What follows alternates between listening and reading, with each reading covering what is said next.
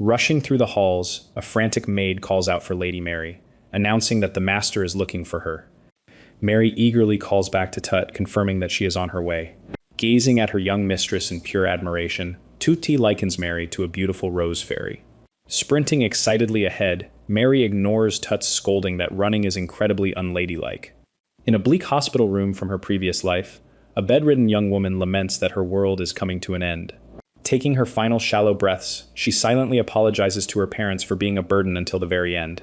Fading into the darkness, she prays to God that if she is reincarnated, she will be born with an invincible body. A booming divine voice suddenly echoes from a brilliant light, promising to grant her desperate final wish. Thrust instantly into a new life, the reborn soul hears joyous cheers as a maid announces the birth of a healthy baby girl. Overwhelmed by the chaotic celebration, she quickly realizes she has been reincarnated as Mary, the eldest child of the noble Legalia family. Wailing loudly like a normal infant, she mentally panics over the shocking reality of reincarnation. Clinging to her past memories, baby Mary furiously hopes her new body is durable, while the adults laugh at her energetic cries. 3 years later, toddler Mary gleefully marvels at her healthy body, thrilled that she can move without pain.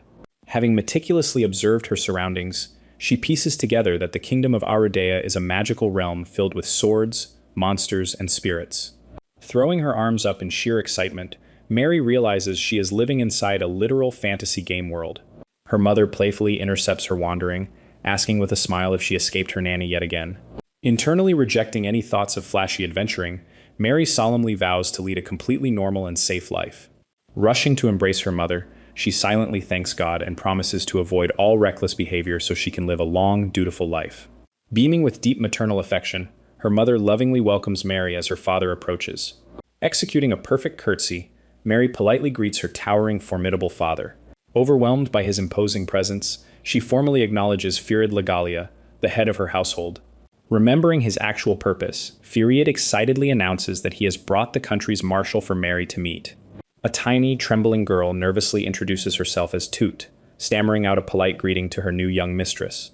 Firid proudly declares that this small, timid girl will serve as Mary's dedicated personal maid from today onward. Radiating friendly energy, Mary cheerfully introduces herself and warmly places herself in Tut's care. Flinching slightly from the sudden enthusiasm, the nervous Tut eagerly promises to do her absolute best. Shouting her farewells to her parents, Mary immediately sprints toward the garden to play, leaving a panicked Tutta scrambling to keep up. While running, the 8-year-old Mary casually turns back to ask Tut about her age. Calculating the gap in her head, Mary deduces that her little maid is exactly 5 years older than her. She smiles fondly at the heartwarming thought of Toot always staying faithfully by her side. Playfully demanding that her maid keep up, Mary giggles while the exhausted Tut struggles for breath. Wandering into a dense, shadowy thicket, a terrified Tut nervously calls out for her missing mistress. Hiding securely behind a large tree, Mary giggles to herself, thrilled to finally experience a real game of hide-and-seek. Peeking through the dense brush, the mischievous young lady gleefully considers jumping out to startle her poor maid. Stepping out into the open, Mary happily announces her presence, completely oblivious to the looming threat behind her. A massive, terrifying boar monster suddenly bursts from the foliage, rearing up violently behind the young girl. Spotting the beast, Tut screams in pure terror, desperately realizing she has to throw herself in danger to protect her mistress. Hearing the commotion, Mary slowly turns around, her face dropping into a blank stare as she finally notices the towering monster. Moving with sheer subconscious reflex, Mary instantly obliterates the beast's skull with a single devastating punch, leaving Tut utterly speechless. Snapping back to her senses, Mary awkwardly tries to explain away her terrifying, inhuman strength to her trembling maid. Mary nervously stammers, frantically trying to think of an excuse for what just happened. She mentally admits that even she has no idea how she managed to lift such a massive object. Hearing a loud crash, other maids rush into the room, calling out for the young lady. Covering for her, Toot immediately ushers Mary towards safety while expressing profound relief that she wasn't injured. Mary gazes silently at Tut, her mind racing with guilt. Curling up under her bedsheets, Mary sadly assumes that her maid must despise her now. Gripping her blanket tightly, she reasons that anyone would be terrified of a monster like her. When Tut approaches the bedroom door, a deeply ashamed Mary shouts for her to stay out. Clutching her knees to her chest, the young lady begs to be left entirely alone. Standing on the other side of the door, Toot solemnly accepts that her mistress's anger is completely justified. Shocked to hear the word anger, Mary listens as the maid tearfully confesses She should have used her own body to protect her. Tute passionately explains that her life finally gained purpose the moment she was entrusted with caring for the infant Mary. Trembling with regret, the maid admits she was simply too paralyzed by fear to move when it mattered most. Pressing her hands against the door, Tute desperately begs for one more chance to prove her loyalty. Crying profusely, the foolish maid pleads to remain by Mary's side so she can finally do her duty properly. Throwing the door open, a tearful Mary embraces her maid, apologizing for rejecting her when she was never actually afraid. Burying her face into Tut's shoulder, Mary repeatedly apologizes for scaring her dear friend. Watching the two girls reconcile, the older maids fondly remark that they are getting along beautifully after the storeroom incident. The maids happily attribute Mary's incredible strength to her father, who supposedly lifted a boulder at the tender age of 5. Holding a heavy teacup, Mary skeptically wonders if her freakish physical power is genuinely genetic rather than the result of any training. Her grip accidentally tightens on the delicate porcelain cup. The 7-year-old noble scowls in intense concentration, desperately trying to control her own overwhelming strength.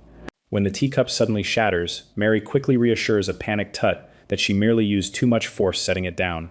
Tute curiously asks if this destructive tendency is another strange skill from her mistress's previous life. Exasperated, Mary firmly denies that such a ridiculous skill exists while reflecting on how she actually shared fragments of her past life with the maid. She remembers being worried about whether Tute would believe her, but the loyal maid had simply accepted the memories with wide-eyed amazement. Staring at the broken porcelain, Mary laments that her attempt to test her limits during the storeroom incident has caused her to unconsciously overexert her strength ever since. Strolling through the estate while being admired by the staff, Mary realizes she was incredibly naive to think she could hide her powers as a high-profile duke's daughter. Tute blushes profusely at the servant's compliments, explaining to Mary that her mysterious, ephemeral presence naturally draws everyone's attention. Noting the time, the maid gently suggests they begin preparing for their upcoming outing. Mary politely agrees and humbly asks Tut to assist her with dressing. As Tut expertly ties her corset, Mary internally bemoans how dependent she has become on her maid just to keep her own monstrous strength in check. Tute carefully adjusts the custom-fitted garments, warning Mary to be gentle since the upcoming oracle venue will be filled with fragile children. Mary pouts indignantly, begging Tut not to treat her like a monster who would casually pulverize children with a forehead flick. As they travel, Mary mentally reviews the oracle ceremony, a massive event for 7-year-olds that measures their fighting, intellectual, and magical potential. She recalls the world's magic system, ranging from basic rank 1 fire creation all the way to rank 7 explosions. Mary proudly notes that her own everyday magic sits at rank 1, but wonders aloud about the mysterious 8th rank. Tute explains that while the 8th rank is theoretically known to exist, absolutely no one in history has ever attained it. Their carriage finally rolls to a halt and Tute announces their arrival at the grand venue. Stepping out into the bustling courtyard, Mary feels a wave of nostalgia, likening the gathering of children to her first day of school. Slapping her cheeks to psych herself up, she boldly declares that women must always be courageous. Striding forward with absolute confidence, Mary excitedly announces the beginning of her high society debut. A massive crowd murmurs in anticipation as the grand assessment ceremony begins. Observing the delicate girl, the onlookers gossip about her fragile appearance and express a strong desire to protect her. Panicking internally, Mary realizes that the ground would have completely collapsed if she had exerted even a fraction more force. Begging silently to remain unnoticed, she laments that her rare silver hair is naturally drawing unwanted attention from everyone in the room. The official announces the start of the ceremony, instructing the candidates to step forward and place their hands on the crystal ball when called. Wondering when her turn will come, Mary overhears that the testing order is heavily influenced by aristocratic status. Cursing her father's massive political influence, she realizes she is the very last person to be called despite her desperate wish to blend in. An observer explains that the crystal ball evaluates affinities by glowing red for fighting power, green for magic, and blue for intellect. Overhearing that they will receive the word of God during the test, Mary is shocked to discover that a deity actually exists in this world. Steeling herself for her imminent turn, she carefully regulates her monstrous strength so she doesn't accidentally crush the delicate artifact. The previous candidate finishes their assessment, prompting the official to formally summon Mary Legalia to the stage.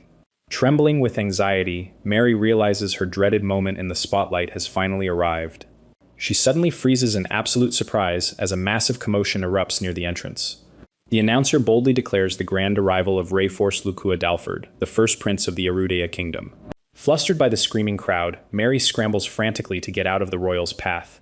Tumbling over in her haste, she is swiftly caught by the handsome prince, who smoothly asks if she is all right. Mortified by her clumsy mistake, Mary trembles as the prince gently tells the little lady there is no need to be scared. Holding back desperate laughter at his dramatic flair, Mary stares blankly as the prince offers his hand and confidently declares that only he should make her heart thump. Struggling to suppress her amusement at his cheesy lines, she tries to remain polite, while the prince misinterprets her shaking as adorable embarrassment. Shocked by the crowd's swooning reaction to the fairy tale scene, Mary wonders if she is actually the strange one for finding the situation utterly hilarious. An attendant respectfully interrupts to remind the prince of his schedule, prompting him to check on the young lady one last time. Fearing the prince might publicly call her out, Mary mentally panics over having acted so rudely toward the radiant royalty. She watches tensely in silence as the overwhelming royal aura dominates the room. Realizing she had instinctively hidden herself to avoid trouble, she sighs in relief as the announcer urges the line to hurry up. As the prince finally takes his leave, the official loudly calls Lady Mary to step up to the stage. Nervous about following the prince's highly impressive display, Mary accidentally lets out a verbal groan of dismay. Stepping up to the pedestal, she cautiously prepares to place her hands onto the mystical crystal ball. Suddenly, a familiar divine voice echoes in her mind, warmly asking the reincarnated girl how she is enjoying her new world. Astonished to hear from the god of reincarnation, Mary tries to recall the exact wish she made regarding a body that would never lose. The deity proudly confirms that he granted her a flawless body capable of overpowering any monster in this realm of swords and magic. Explaining her new specifications, God reveals he bestowed her with overwhelming physical and magical strength alongside a permanent skill that nullifies all attacks. Concluding his divine explanation, God cheerfully declares that she now possesses a truly invincible body. Wishing her the absolute best on her new journey, the divine presence fades as a worried voice frantically calls out to the young mistress. Politely thanking the deity in her mind, Mary suddenly succumbs to the overwhelming revelation and gracefully collapses. Waking up groggily in a familiar bed, she realizes she has been carried safely back to her family's mansion. Tutti nervously explains that upon hearing of Mary's fainting spell, her father rushed to the ceremony with a crazed expression to bring her home. Lying motionless in bed, Mary laments that she should have wished for mental fortitude as well, completely stunned by her sudden status as the strongest being in the world. Chatting excitedly, Tutte mentions that right after Mary fainted, the glowing crystal ball suddenly exploded with a massive bang. Horrified by the news, Mary realizes with absolute dread that her monstrous strength was responsible for destroying the priceless artifact. Oblivious to her mistress's internal crisis, Tutu cheerfully adds that officials blamed the prince's excessive aura for the explosion, prompting a massive sigh of relief from Mary. Realizing the truth of her situation, Mary admits that she possesses a cheat power. Waving her hands defensively, she clarifies to Tut that her past life memories aren't exactly what she means by a cheat power. Smiling gently, Tuda informs the young lady that she cannot accompany her if she plans to become a legendary hero. Dismissing the grand ambition, Mary happily declares that she is perfectly fine with stepping away from the spotlight. Stretching her arms wide, Mary enthusiastically proclaims her true desire to enjoy a peaceful life alongside Tuta. Clenching her fists in deep thought, Mary resolves to keep her outstanding power a secret to avoid dangerous persecution. Grasping Tute's hands warmly as the maid assures her of everyone's love, Mary silently vows to protect her dear friend from any danger. Throwing a fierce punch into the air, the young lady determines that she must quickly learn to control her overwhelming strength. Remembering her father's nagging worries about potential injuries, Mary proudly notes she convinced him to arrange martial arts lessons with an old war buddy. Firing off practice kicks, she laments that she cannot learn offensive magic without the proper aptitude due to the kingdom's strict laws. Setting her stance with unwavering determination, Mary vows to do what she can just as Tut announces the arrival of Count Alexer. Dropping a bound and struggling boy onto the floor, the Count casually apologizes for his delay while Mary shrieks in surprise.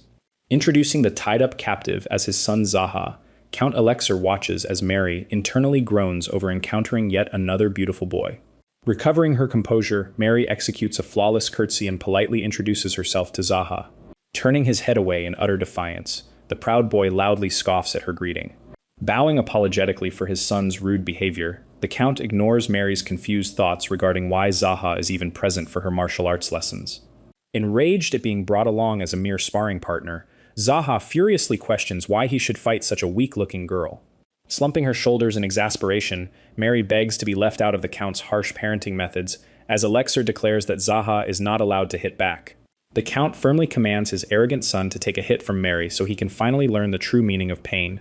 Impressed by her rapid progress, Count Elixir praises Mary for mastering a technique in minutes that took Zaha 3 days to learn.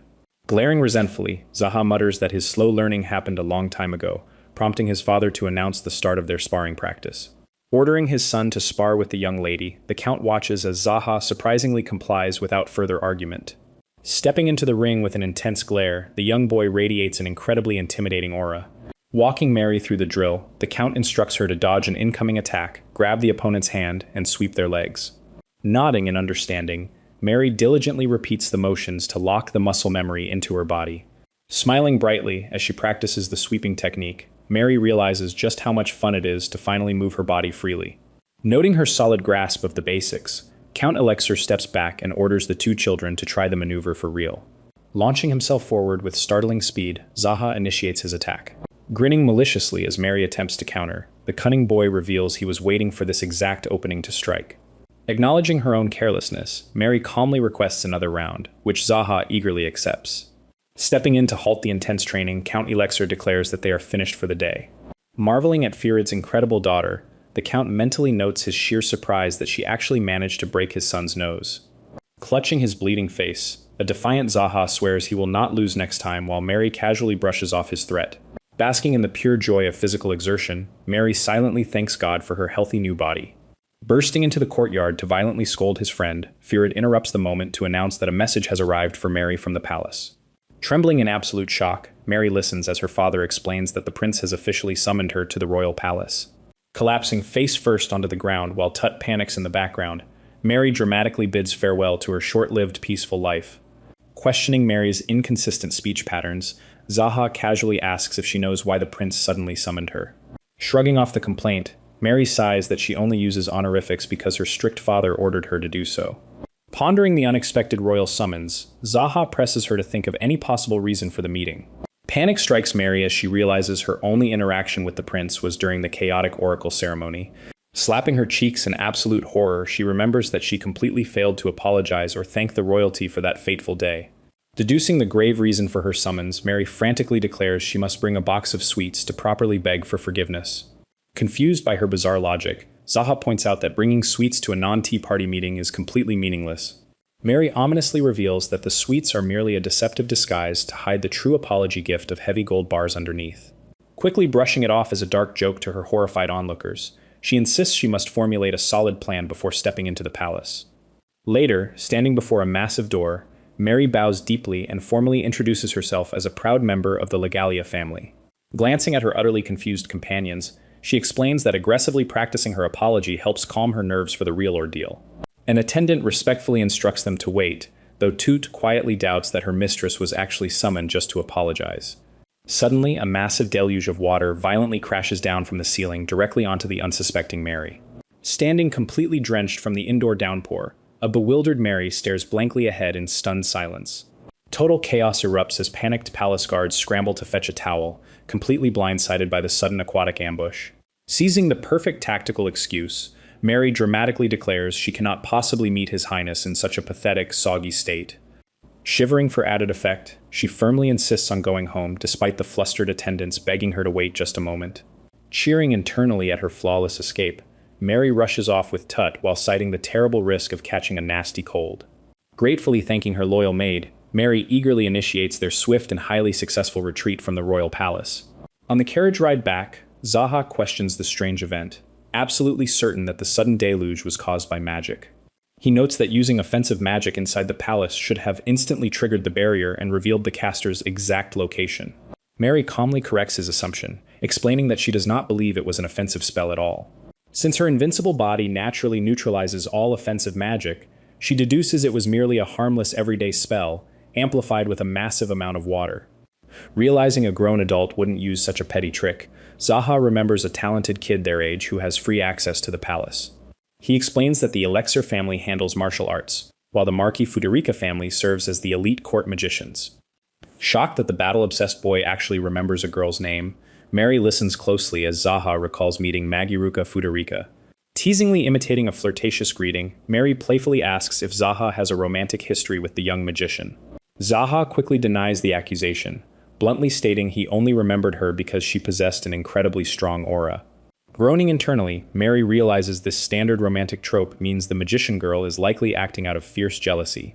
Determined to avoid any dramatic love triangles, Mary tries to flee before Zaha aggressively drags her back to face the approaching prince. Spotting a girl with signature golden ringlets hiding nearby, Mary immediately identifies her as the jealous culprit, Magiruka. Later at the Legalia mansion, Mary formally welcomes the prince, mentally kicking herself for slightly stumbling over her carefully rehearsed words. Brushing off the stiff formalities, the prince politely suggests they move inside to speak properly away from prying eyes. Walking inside, the prince recognizes Zaha, who respectfully explains he is officially serving as Mary's dedicated training partner. The prince warmly notes that he also learned swordsmanship from Sir Claus, pleasantly surprised that the two warriors already knew each other. Redirecting the conversation smoothly, Mary politely asks what important business brought the first prince to their humble abode. Blaming her overly enthusiastic father for constantly bragging about her, the prince admits he came simply because his curiosity got the better of him. Calling her his beautiful white princess, the prince claims his heart soared since their first meeting, forcing Mary to bite her lip to keep from bursting into laughter at his cheesy lines. Desperately needing a distraction to regain her composure, she aggressively gulps down her freshly served cup of red tea. Spewing the scalding liquid instantly, she realizes entirely too late that the boiling tea was a terrible mistake. Realizing her reincarnated body is resistant to physical damage, Mary confidently takes a sip of tea before violently recoiling from the scalding temperature. Leaning in with deep concern, Tuta immediately asks if the young lady is all right. Waving off the panic, Mary gently assures her maid that the mistake wasn't her fault and notes that the tea has now cooled to a drinkable state. Excusing herself from the table, an older noblewoman politely asks Zaha to entertain his highness while she steps away. Intrigued by the sudden departure, Mary decides to excuse herself as well to follow the mysterious woman. Catching up in the hallway, Mary confronts Magiruka about covertly using magic to heat her tea, questioning if the dangerous prank went too far. Glancing back with a smug smirk, Magiruka coolly defends her actions by claiming it was all done strictly for the sake of the prince. Leaning in with an accusatory gaze, Mary deduces that Magiruka intentionally caused embarrassing blunders so the other ladies would stay away from his highness. Gasping at a sudden realization, Mary wildly accuses Magiruka of secretly harboring romantic feelings for the prince. Chuckling at the absurd accusation, Magiruka playfully asks if Mary genuinely believes she is in love with his highness. Dropping her composed facade, Magiruka bluntly admits she could never love the prince while he continues acting in such a bizarre and theatrical manner. Sighing heavily, she confesses that it takes every ounce of her willpower just to hold back her laughter whenever the prince strikes his ridiculous poses. Lighting up with absolute validation, Mary enthusiastically agrees with Magiruka's hilarious assessment of the royal's behavior. Invading Magiruka's personal space, a thrilled Mary rejoices at finally finding someone else who refuses to blindly ignore the prince's weird antics. Nodding in unison, the two girls laughingly agree that the young prince needs to mature before his embarrassing behavior stops being funny. Their cheerful gossip abruptly halts when the prince himself nervously speaks up from behind, revealing he heard their entire conversation from inside the room. Dropping immediately to the floor, both girls frantically bow their heads and beg the prince to forgive their highly disrespectful outburst.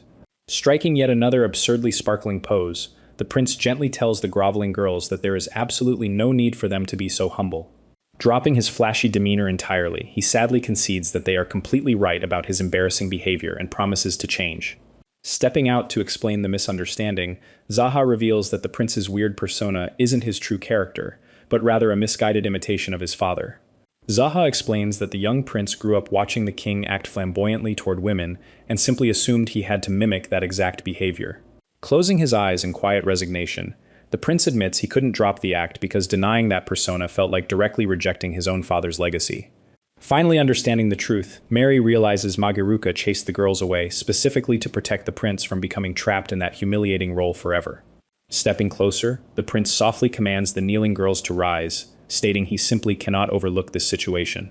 While Mary silently panics over an incoming punishment, Magiruka dramatically argues that they were only working diligently for his highness's sake. Smiling warmly, the prince declares their only punishment is that they must drop their formalities and treat him like a genuine friend behind closed doors. Surprised by the merciful verdict, the girls listen carefully as the prince clarifies that they must still maintain proper royal etiquette in front of the public.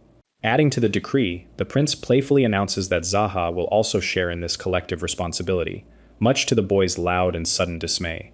Shrugging off the royal mandate, Mary casually notes that she hates stuffy formalities anyway, making this punishment perfectly fine with her.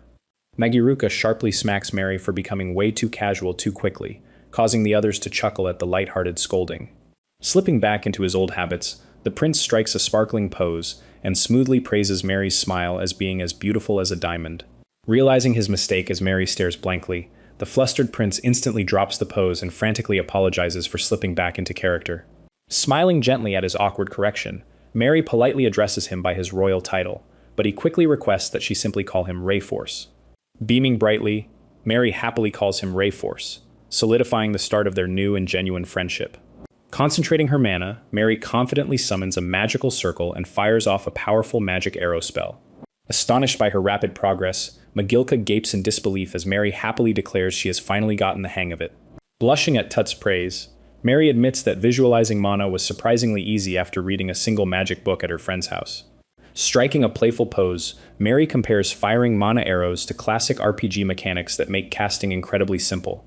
Examining a fascinating grimoire, Mary praises Magilka's vast collection while lamenting her own family's boring library of political and legal texts. Frowning slightly, Zack points out that children are strictly forbidden from studying attack magic until they officially enroll in the academy. Magilka smugly dismisses the strict rule, proudly claiming her prestigious family of court magicians operates as a special exception. Realizing her aristocratic family would disapprove of her unauthorized spells, Mary awkwardly decides to stop practicing magic in front of others. Exasperated by Mary's reckless targeting, Magilka scolds her friend to be far more careful about where she fires her destructive magical blasts. Gasping in absolute horror, Mary turns to see the devastating aftermath of her magic tearing through the Fuderica family's precious rose garden. Frantically trying to embrace her furious friend, Mary begs for forgiveness and promises to heavily compensate for the ruined flowers. Smoothly evading the desperate hug, Magilka casually changes the subject to ask what Mary plans to do for the upcoming Primrose Festival. Tute happily explains that the Grand Festival revitalizes Enel's village and celebrates mystic primroses that only bloom once every 5 years under a full moon. Clasping her cheeks in pure romantic bliss, the maid notes a popular legend stating that confessing in front of the flowers guarantees eternal love. Turning back to her friends, Mary curiously asks if Zack and Magilka plan on attending the beautiful event. Zack bluntly dismisses the flower viewing as boring, admitting he would only attend if it featured a thrilling martial arts tournament. Smirking at Magilka's sudden keen interest, Zack playfully teases the young magician for acting like a love-struck maiden. Shattering his romantic assumptions entirely, Magilka completely geeks out over the prospect of harvesting and researching the magical properties of the rare plants. Feeling utterly excluded by their dynamic, Mary pouts as Magilka cheerfully suggests leaving her behind to take Zack to the festival. Blushing in deep embarrassment, Zack quickly changes his tune and decides to tag along just in case something interesting happens. Flinching backward defensively, Zack shouts in panic as Mary and Magilka suddenly stare at him with deeply suspicious glares. Smiling warmly at her joyous mistress, Tute watches as Mary eagerly invites her friends to prepare for a wonderful trip to the Legalia family villa. Beaming with boundless excitement, Mary realizes this grand trip will be her very first proper outing with friends her own age. Fast-forwarding to the day of departure, Mary is absolutely blinded by Prince Rayforth's radiant arrival and frantically demands to know why he is there. Defending the two guilty-looking friends, the handsome prince admits he invited himself after overhearing their exciting festival plans. He explains that Zack and Magilka intentionally kept his royal presence a strict secret to perfectly surprise Mary on the day of departure. Glaring sharply at her traitorous friends who knew she would cancel if the prince came, Mary sighs in total defeat and signals the group to set off. Riding nervously in the royal carriage, Mary anticipates that the mere sight of the magnificent prince will make the poor village chief faint on the spot. Arriving at the peaceful village, the noble group steps out to greet the stunned locals gathered in the square. Right on cue, the overwhelmed village chief instantly collapses into a dead faint at the sheer shock of seeing the royal entourage. Stepping forward from the panicked crowd, Sir Claus calmly reveals that the royal guard arrived early specifically to protect the visiting VIPs. Bowing deeply in apology, the prince regrets causing a massive fuss, but Claus insists the royal visit is actually a highly fortunate coincidence. Maintaining a deadly serious expression, the seasoned knight explains that terrifying monsters have suddenly been spotted lurking in the Primrose Forest. Freezing completely in her tracks, Mary repeats the word monsters in a tone of absolute dread. Claus confirms that the festival will proceed exactly as planned because the frantic village chief desperately wants to resolve the dangerous issue quietly. Overwhelmed by the compounding chaos, Mary mentally tallies her ruined peaceful outing, the unwanted royal escort, and the sudden monster threat. Clutching her head in pure panic, she screams internally that way too many dramatic fantasy events are happening all at once. Instructing the children to remain safe, Claus firmly orders them to leave the monster hunting to the knights and stay far away from the forest. Nodding furiously with a terrified grin, Mary wholeheartedly agrees to stay as far away from the dangerous woods as humanly possible. Noticing her exhausted and defeated demeanor, Tude gently asks if the overwhelmed young mistress would like to rest inside for a while. An ominous visual cue sets a quiet, mysterious tone for the upcoming events.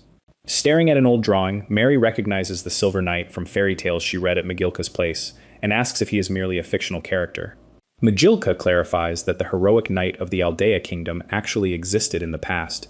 Observing the flower near his foot in the drawing, they deduce it is a glowing primrose. Excitement fills the air as they express a hopeful desire to see the glowing primroses blooming in the forest. Despite being sworn to secrecy, Mary realizes she absolutely must warn the others about the deadly monsters lurking nearby. A peer gently calls out to Mary, interrupting her urgent train of thought. Relieved to have her attention, the girl asks Mary if there is a problem. Shock ripples through the group as Mary drops the horrifying revelation that monsters roam the forest. Panic instantly sets in when an attendant recalls seeing Zack heading straight toward the dangerous woods. Realizing Zack wandered off to take a walk with his spare stamina, the girls agree they need to drag him back immediately. Magilka steps forward with resolute determination, volunteering to accompany Mary on the rescue mission. She awkwardly explains that her help is an apology for keeping the prince's presence a secret, not wanting to force Mary to shoulder all the hard work. Wasting no time on pleasantries, Mary furiously declares they must rush to the forest right away. Tracking footprints on the dirt path, they quickly deduce that Zack has already wandered deep into the trees. Confirming the tracks, the group prepares to chase after him when a sudden noise catches their attention. To everyone's absolute shock, Prince Rayforth casually drops in from above and startles the girls. Stammering in confusion, they demand to know why the prince is here, to which he smoothly replies he couldn't let them face the dangerous forest alone. When asked about his missing guards, Rayforth dismissively waves it off, claiming he left them in his room since he doesn't plan on staying long. As the prince casually mentions seeing Zack looking for primroses, Mary internally panics upon realizing Rayforth is completely oblivious to the monster threat. Urgently grabbing the prince's attention, the girls insist they must catch up to Zack and evacuate the area immediately. Trying to calm their mounting fears, one of the girls nervously rationalizes that the well-maintained path means they won't encounter monsters easily. A sudden, piercing scream shatters the tense silence of the forest. Tute turns completely pale with terror until someone points out that the source of the noise was merely a harmless little bunny. Apologizing for the false alarm, they complain about losing sight of Zack while nervously reaffirming that monsters definitely won't show up. Hearing another sudden rustle in the bushes, they sigh in exasperation and assume it is just a second rabbit. A dark, imposing figure suddenly lunges out from the dense foliage. Startled by the sudden ambush, Mary yells in frustration as Zack tumbles out of the undergrowth. Zack hits the ground hard, his body visibly battered and trembling from an unseen encounter. Confusion sweeps over the group as they stare helplessly at his injured state. A terrifying, unnatural sound echoes from the dark tree line behind the wounded boy. Screaming in sheer terror, Zack desperately warns Mary to stay away from the encroaching danger. Mary screams Zack's name as a massive, monstrous shadow rises ominously over him. The entire group freezes in absolute horror as the true threat finally reveals itself. A gigantic, terrifying basilisk rears its serpentine head, glaring down at the terrified children. Trembling in absolute fear, Mary realizes that her paralyzed body completely refuses to move. Despite knowing she is the most capable person present, paralyzing terror roots her firmly to the spot. Hearing a massive crash, Zack rushes back to the scene and cries out in alarm for Prince Rayforth. A battered guard desperately begs the young prince to escape the overwhelming danger while he still can. Collapsed on the bloodied ground, the injured knight curses his own pathetic inability to protect the royalty. A massive, terrifying creature violently roars as it looms dangerously over the helpless group. Bursting onto the chaotic battlefield, Zack yells out for the seasoned knight Klaus. Klaus sternly scolds his foolish son, while Zack stammers a frantic apology for rushing straight into the danger. Ordering the children to flee immediately, Klaus prepares to hold the line while Mary desperately tries to defend Zack's reckless actions. Helping her trembling friend to her feet, Mary sighs in relief that they can finally escape to safety. The brief moment of relief shatters instantly as Zack frantically screams for Magilka to watch her back. A horrifying realization strikes the terrified group as a second vicious beast suddenly joins the deadly ambush. Desperate to protect her dear friends, Magilka quickly conjures and fires a glowing magical arrow. The spell strikes true, but Magilka gasps in utter shock as her magic proves completely ineffective against the beast's thick hide. Klaus realizes with absolute dread that the intelligent predators have targeted the weaker children to secure an easier meal. Sacrificing her own safety, Magilka desperately orders her friends to flee and fetch the village knights while she distracts the monster. Startled by her incredibly brave sacrifice, Zack tearfully apologizes before preparing to sprint for help. Drawing his heavy sword with practiced precision, Klaus steps forward to face the overwhelming twin threats. Glaring down the massive beasts, the veteran knight confidently challenges the monsters to battle. The towering monster violently lunges forward to initiate the deadly, high-stakes clash. Moving with blinding speed, Klaus agilely dodges the devastating, ground-shattering strike. Slashing aggressively, Klaus curses loudly as the quick beast pulls back, resulting in a frustratingly shallow wound. A sudden, vicious counterattack catches the seasoned warrior completely off guard, forcing him to grit his teeth against the heavy impact. Zack cries out in sheer terror as Klaus realizes these terrifying beasts possess impossibly flawless teamwork. Watching the desperate, bloody struggle, Mary agonizes over possessing incredible power but remaining completely paralyzed by her own fear. Flashing back to a quiet past lesson, Mary remembers Toot explaining that there is something far more important than mere battle experience or skill.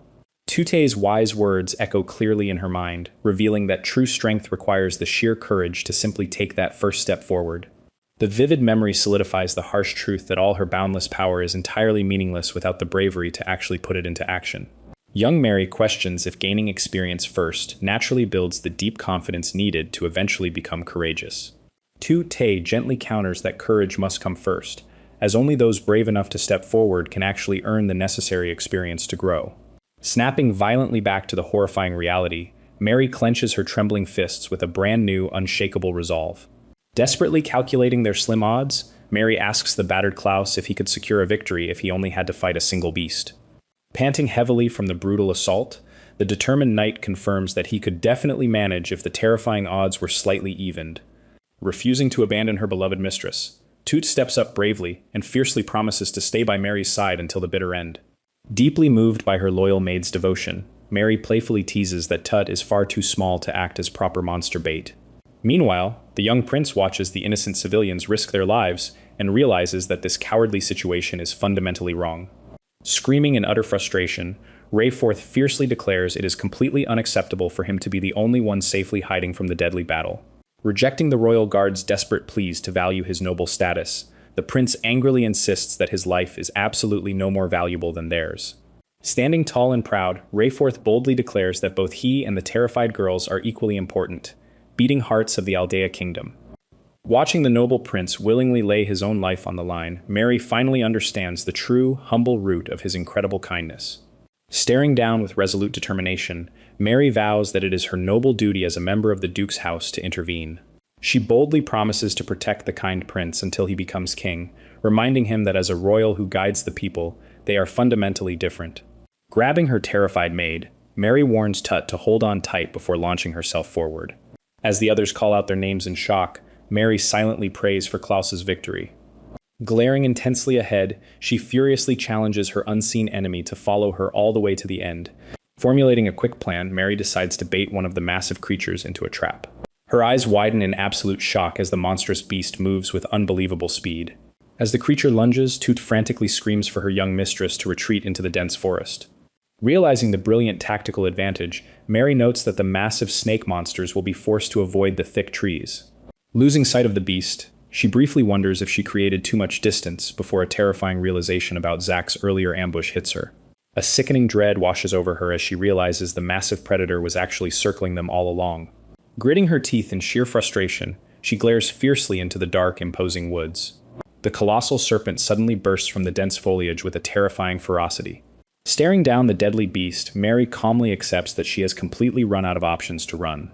Knowing Tut is right behind her, the fierce young noble declares she will stand her ground and fight the monster head-on. Fueled by the sheer confidence of her durable body, Mary aggressively steps forward with the absolute certainty that she is invincible. The massive basilisk rears back its scaly head and prepares to launch a devastating strike. Panicking over Mary's lack of a weapon, Tuti snaps back to reality when her mistress urgently checks on her safety. Desperate to save her dear friend, Toot screams at the top of her lungs for Mary to use magic. Remembering a spell she read about at Magilka's house, Mary quickly decides to visualize the magic arrow. Radiant energy begins to violently swirl around her as she rapidly draws upon her immense latent power.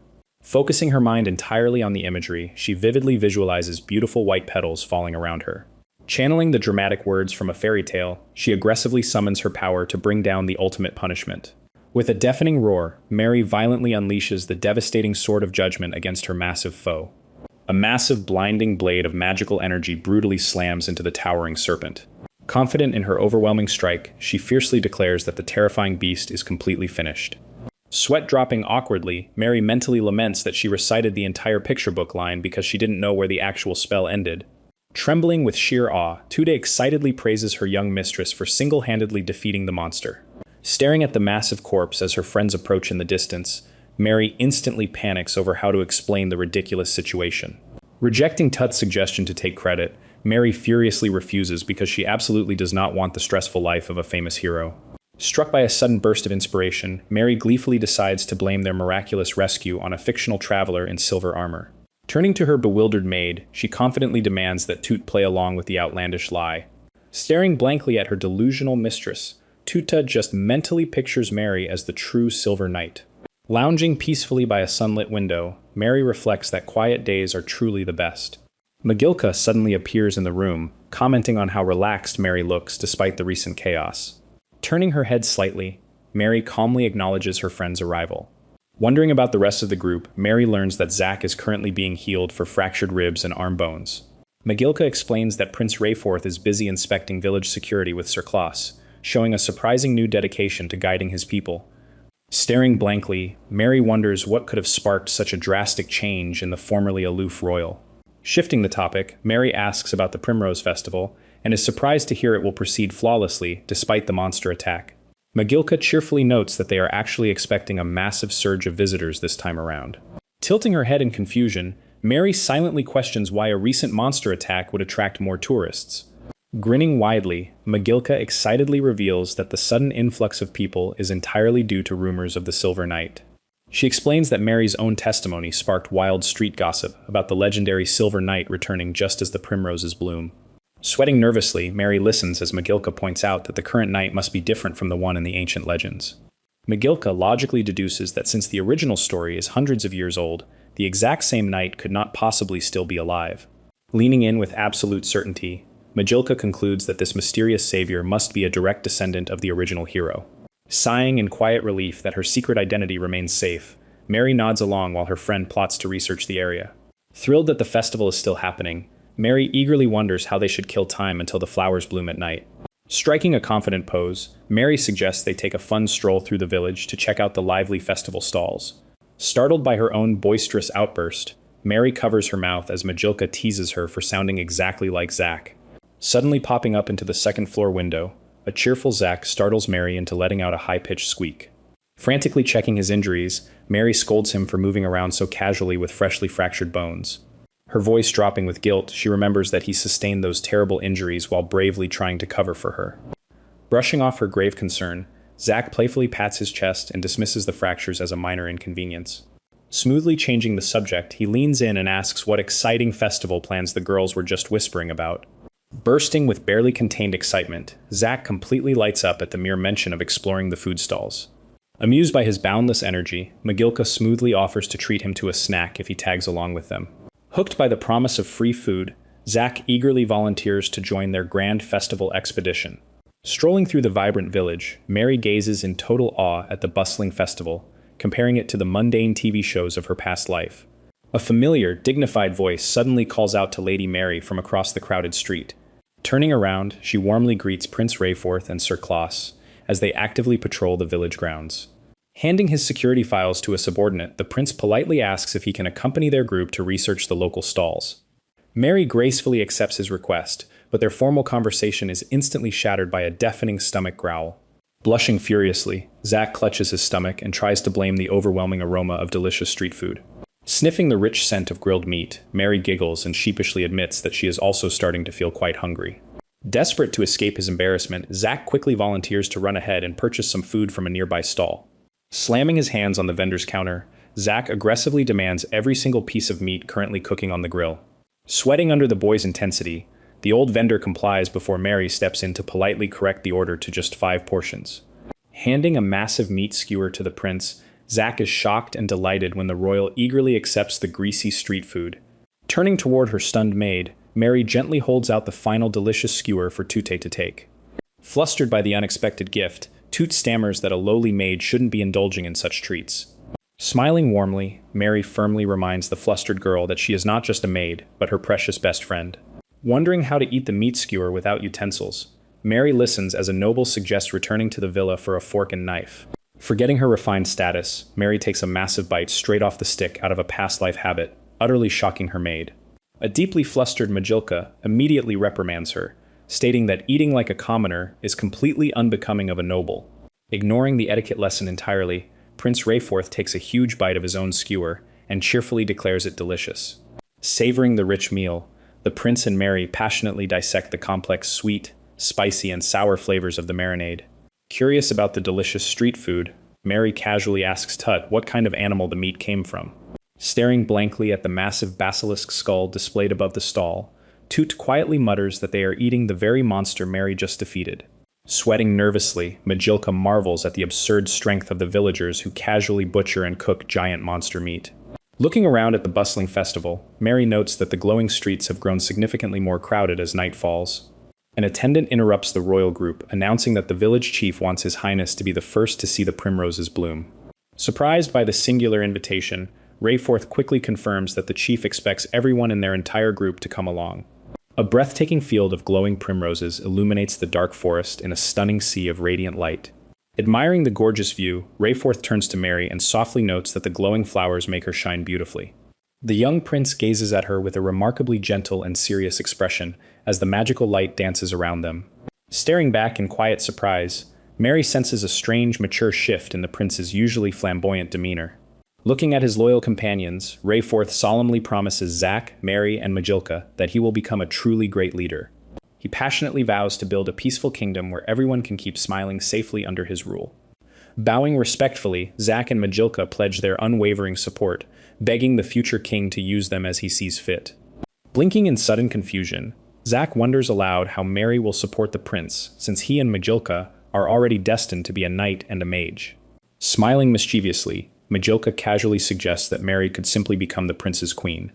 Zack instantly agrees with the flawless logic, while a deeply flustered Mary stammers in pure shock. Leaning in closer, an earnest Rayforth locks eyes with Mary and gently tells her that he wants her by his side. Unable to handle the overwhelming romantic tension, Mary's brain completely short-circuits as she furiously sprints away into the night. A panicked Rayforth chases after her, desperately begging the runaway noble to wait for him. Mentally exhausted by the chaotic festival, Rayforth sighs that he only wanted Mary to stay by his side as a friend who could correct his mistakes. Fast-forwarding to age 9, Mary excitedly screams in absolute disbelief when her father finally grants her long-awaited wish to attend an academy. Her father gently asks if she has a specific school in mind since she is finally old enough to enroll next year. Trembling with sheer joy, Mary enthusiastically declares that she doesn't care which academy she attends as long as she gets to go. Pumping her fists with fiery determination, she vows to start studying for the entrance exams immediately, though Fearid quickly dismisses the need. The Duke arrogantly boasts that no academy would ever dare close its doors to a member of the powerful Regalia family. Sweating at his blatant corruption, Mary realizes her father is openly bragging about using bribery and backdoor connections to skip the exams entirely. A tense silence falls over the room as Fearid proudly grins at his completely bewildered daughter. Slamming her hands on the table, Mary furiously demands to be tested on her actual academic ability rather than her family's overwhelming wealth. Later, Mary expresses relief that Majilka is also attending the Artoria Academy, though she worries about her own intelligence while pouring tea. Bursting into the room with his usual fiery energy, Zack proudly announces that he is also enrolling at the Artoria Academy. Blinking in sheer surprise, Mary realizes that all her childhood friends will be attending the exact same school. Leaning in with a smug grin, Zack drops the massive bombshell that His Highness will also be joining them at the academy. Unfazed by the dramatic reveal, Mary stares blankly and complains that the whole Royal Academy trope has been severely overused. Toot fidgets nervously in the background while Mary sighs, assuming she will be perfectly fine if a meathead like Zack managed to get accepted. Grabbing Mary's shoulders in deep panic, Tut reminds the 9-year-old that she won't be allowed inside the academy to help her with daily tasks. Sweating profusely at the sudden realization, Mary completely freezes as the terrifying gravity of her independence sets in. Panicking over her own monstrous strength, Mary realizes she has relied on Tut for every delicate task, right down to safely turning thin door handles. Glancing desperately at her maid, Mary silently prays she can use her family's overwhelming authority to just sneak Toot into the school. Oblivious to her mistress's scheming, and encouraging Tut cheerfully declares that Mary still has a whole year to learn how to do things on her own. Dreading the impossible task of surviving without her maid, Mary mentally braces herself for a chaotic youth as the highly anticipated Academy arc officially begins. The announcer officially declares the end of the grand opening ceremony at Artoria Academy. Whispers ripple through the crowd as students eagerly gossip about the stunningly beautiful white princess catching everyone's attention. Internally panicking over the massive amount of attention, Mary realizes she is standing out while her maids cheer victoriously over their flawless styling work. Strolling up with a confident smirk, Majilka casually notes that Mary is drawing a massive crowd just like usual. Eyes sparkling with excitement, Mary eagerly turns toward her friend as Majilka reveals she has discovered their official class placements. Stepping into the conversation, Zach confidently announces that Mary has been placed in the Soluist division right alongside him. Tilting her head in complete confusion, Mary silently wonders what the strange word Soluist actually means. Questioning her friend's placement, Mary learns from a smug Zach that Majilka has unsurprisingly been assigned to the Aleos division. Dropping her shoulders in absolute dismay, Mary stares blankly ahead as the harsh reality of being separated from her best friend sets in. Stepping up to clarify the confusion, Toot explains that the Academy is split into 3 core divisions focused on combat, magic, and academics. Clenching her fists in frustration, Mary internally weeps over the tragic fact that she will be attending entirely different classes from Majilka. Flustered by Mary's depressed expression, Majilka frantically reassures her that class divisions can be freely changed every single year. Suddenly remembering their other royal companion, Mary curiously asks which academic division Prince Rayforth has been assigned to. Majilka explains that the studious prince specifically requested the academic Lalaios division to master politics, prompting Mary to drop her head in utter defeat once again. Noting everyone's exhaustion, Zach practically suggests they head home for the day since official lounge introductions do not start until tomorrow. Completely baffled by the lack of traditional classrooms, Mary realizes her modern world school knowledge is utterly useless in this bizarre fantasy academy.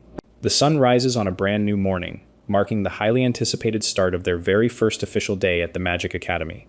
Recalling Tut's helpful lecture, Mary laments the tragic absence of designated classroom seats that she had always dreamed of occupying. She mentally reviews the strange academy structure, noting that the Soloist Division utilizes a grand communal lounge for student gatherings.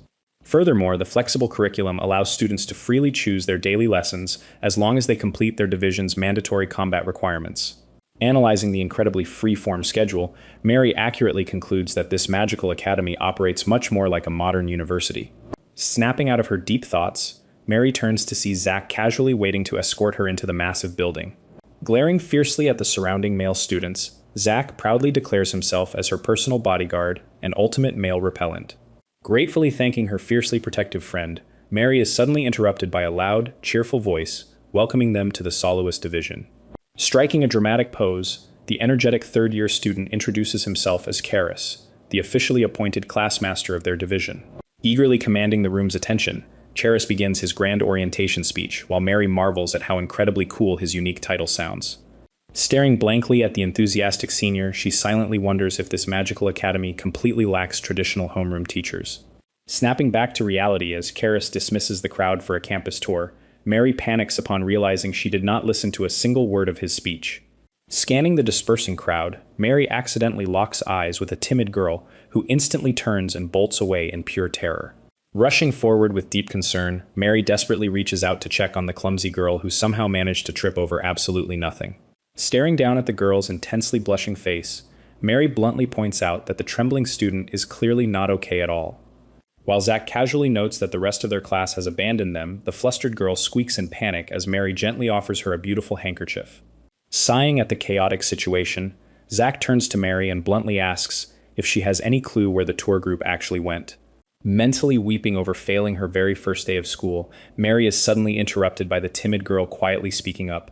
Stammering nervously, the rescued student politely informs the lost duo that the rest of the class headed straight for the combat arena.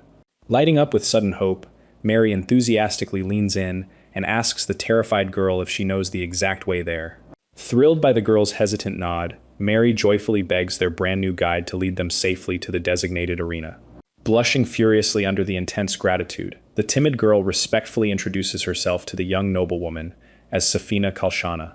Following Safina's cautious lead, the trio stealthily creeps up to the arena entrance and peeks inside the massive structure. Spotting the latecomers instantly, a confident upperclassman smirks from the center of the ring and mockingly welcomes the arriving delinquents. Stepping forward, Karis declares the situation perfect and casually asks the group for their help, leaving Mary completely confused. Charis explains that he simply wants everyone in Soloist to witness a real battle since they will be frequenting this arena. Noting the presence of students from the famous Elixir and Kalshana combat houses, the upperclassman grins and admits he has been looking forward to this clash. Hearing her family name called out, a completely bewildered Safina shrieks in absolute shock. Someone points out that the Kalshana family is renowned for its combat arts, though looking at the terrified Safina makes that legacy hard to believe. Mary frantically argues that she should be excluded since she arrived late, but Karis casually apologizes and ropes her into the fight anyway. Setting his stance, Karis invites them to attack whenever they are ready, while Mary internally cries over her ruined peaceful life. Gritting his teeth in sheer frustration, Zack launches a fierce forward assault against the relaxed upperclassmen. Effortlessly evading their strikes, Karis tauntingly asks the exhausted duo if they are already tired. Glancing toward his other opponent, Karis carefully analyzes Safina's defensive posture. He notes her remarkably stable stance and outstanding agility, which allow her to dodge his strikes by a hair's breadth. However, Safina continuously shrieks in pure terror, proving herself to be a complete coward with absolutely no offensive capabilities. Sighing in disappointment, Karis observes that an overly aggressive Zack stubbornly refuses to synchronize his movements with his terrified partner. Casually blocking another heavy strike, Karis bluntly tells the struggling freshman that he is thoroughly disappointed in their performance. Realizing their desperate situation, Zack frantically glances back and calls out for Mary's help. Huddling together in the middle of the arena, Mary hastily whispers a secret strategy to her teammates while Karis impatiently waits. Breaking from the huddle, Zack furiously charges forward and initiates their desperate counterattack. Zack violently hurls his empty scabbard directly at Karis, hoping the childish distraction will create a fatal opening. Charis easily swats the flying projectile aside, completely unaware that Zack has already ordered Safina to launch her ambush. Leaping high into the air, a terrified Safina shrieks at the top of her lungs as she prepares to strike. Catching their opponent in a deadly pincer maneuver, Zack strikes from below, while Safina plunges from above, completely overwhelming Karis's one-handed defense. Cornered by the brilliant simultaneous assault, the upperclassman grits his teeth and realizes he has no other choice but to use magic. Unleashing a powerful burst of magical energy, Karis narrowly manages to block the devastating combined strike. The sheer force of the collision sends shockwaves across the training ground as the upperclassman struggles against their combined weight. Karis proudly praises their tactical coordination, only for Zack to suddenly shout a signal for the true final attack. Stepping aside, Zack and Safina scream Mary's name as the hidden trump card finally reveals herself. Staring in absolute shock, Karis realizes that Mary completely abstained from the fight just to erase her presence and launch a devastating sneak attack from Zack's shadow. Gripping her wooden training sword with monstrous strength, Mary leaps into the air and prepares to deliver the finishing blow. Mary violently unleashes her full terrifying power, but the fragile wooden blade instantly snaps in half before it can crush her opponent. The broken tip of the sword spirals harmlessly into the air, as a stern voice suddenly commands the combatants to cease fighting. An infuriated teacher suddenly marches onto the field, severely scolding Karis for starting a brawl when he was strictly ordered to just give a simple academy tour. The intimidating woman formally introduces herself to the stunned freshman as Eleanor Ix, the Grand Master in charge of the Soluist dorm. Bowing slightly, Eleanor politely apologizes to the young nobles for the unnecessary trouble and dismisses them to rejoin their classmates. Turning her wrath fully onto the trembling Karis, the furious Grand Master strictly commands him to sit on the ground in the excruciating Seza position. Karis screams in sheer agony as Eleanor violently clamps her hands onto his head in a brutal disciplinary punishment. Safely away from the chaos, Mary stares blankly at the shattered hilt of her fragile training weapon. When a concerned Safina asks if something is wrong with the blade, a sweating Mary frantically lies and insists everything is perfectly fine. Following Zack away from the arena, Mary internally panics over her urgent need to find a durable weapon that won't shatter under her monstrous grip strength. Swinging her sword with immense force, Mary wonders if an unbreakable blade exists that can actually withstand her full power. Tute mentions a god-blessed sword capable of piercing dragon scales, instantly capturing her young mistress's intense interest. The loyal maid reveals it is the legendary eternal sword once wielded by the mythical Silver Knight. Mary's excitement visibly drops as she sighs, assuming such a weapon only exists in fairy tales. Seeing her mistress's disappointed face, Toot quickly adds that the Silver Knight was a real historical figure, meaning the sword might actually exist. Wondering aloud where she could find a Silver Knight expert, Mary is interrupted by Tuda announcing the arrival of her friends. Magilka apologizes for being late, explaining they ran into Safina and stopped to properly introduce themselves. Reacting with sudden shock, Mary instantly locks her eager gaze onto the newly arrived Safina. Safina enthusiastically explains that the Eternal Sword received a divine blessing after a princess's feelings for the Silver Knight reached the gods. Sweating slightly, Mary realizes her timid new friend is actually a massive romantic who deeply loves beautiful legends. Magilka notes that despite the king gathering all kingdom blacksmiths to forge the ultimate reward, historical details regarding the sword remain terribly vague. Sipping her tea, Magilka apologizes for her lack of concrete information, while Zack smoothly asks for a second cup.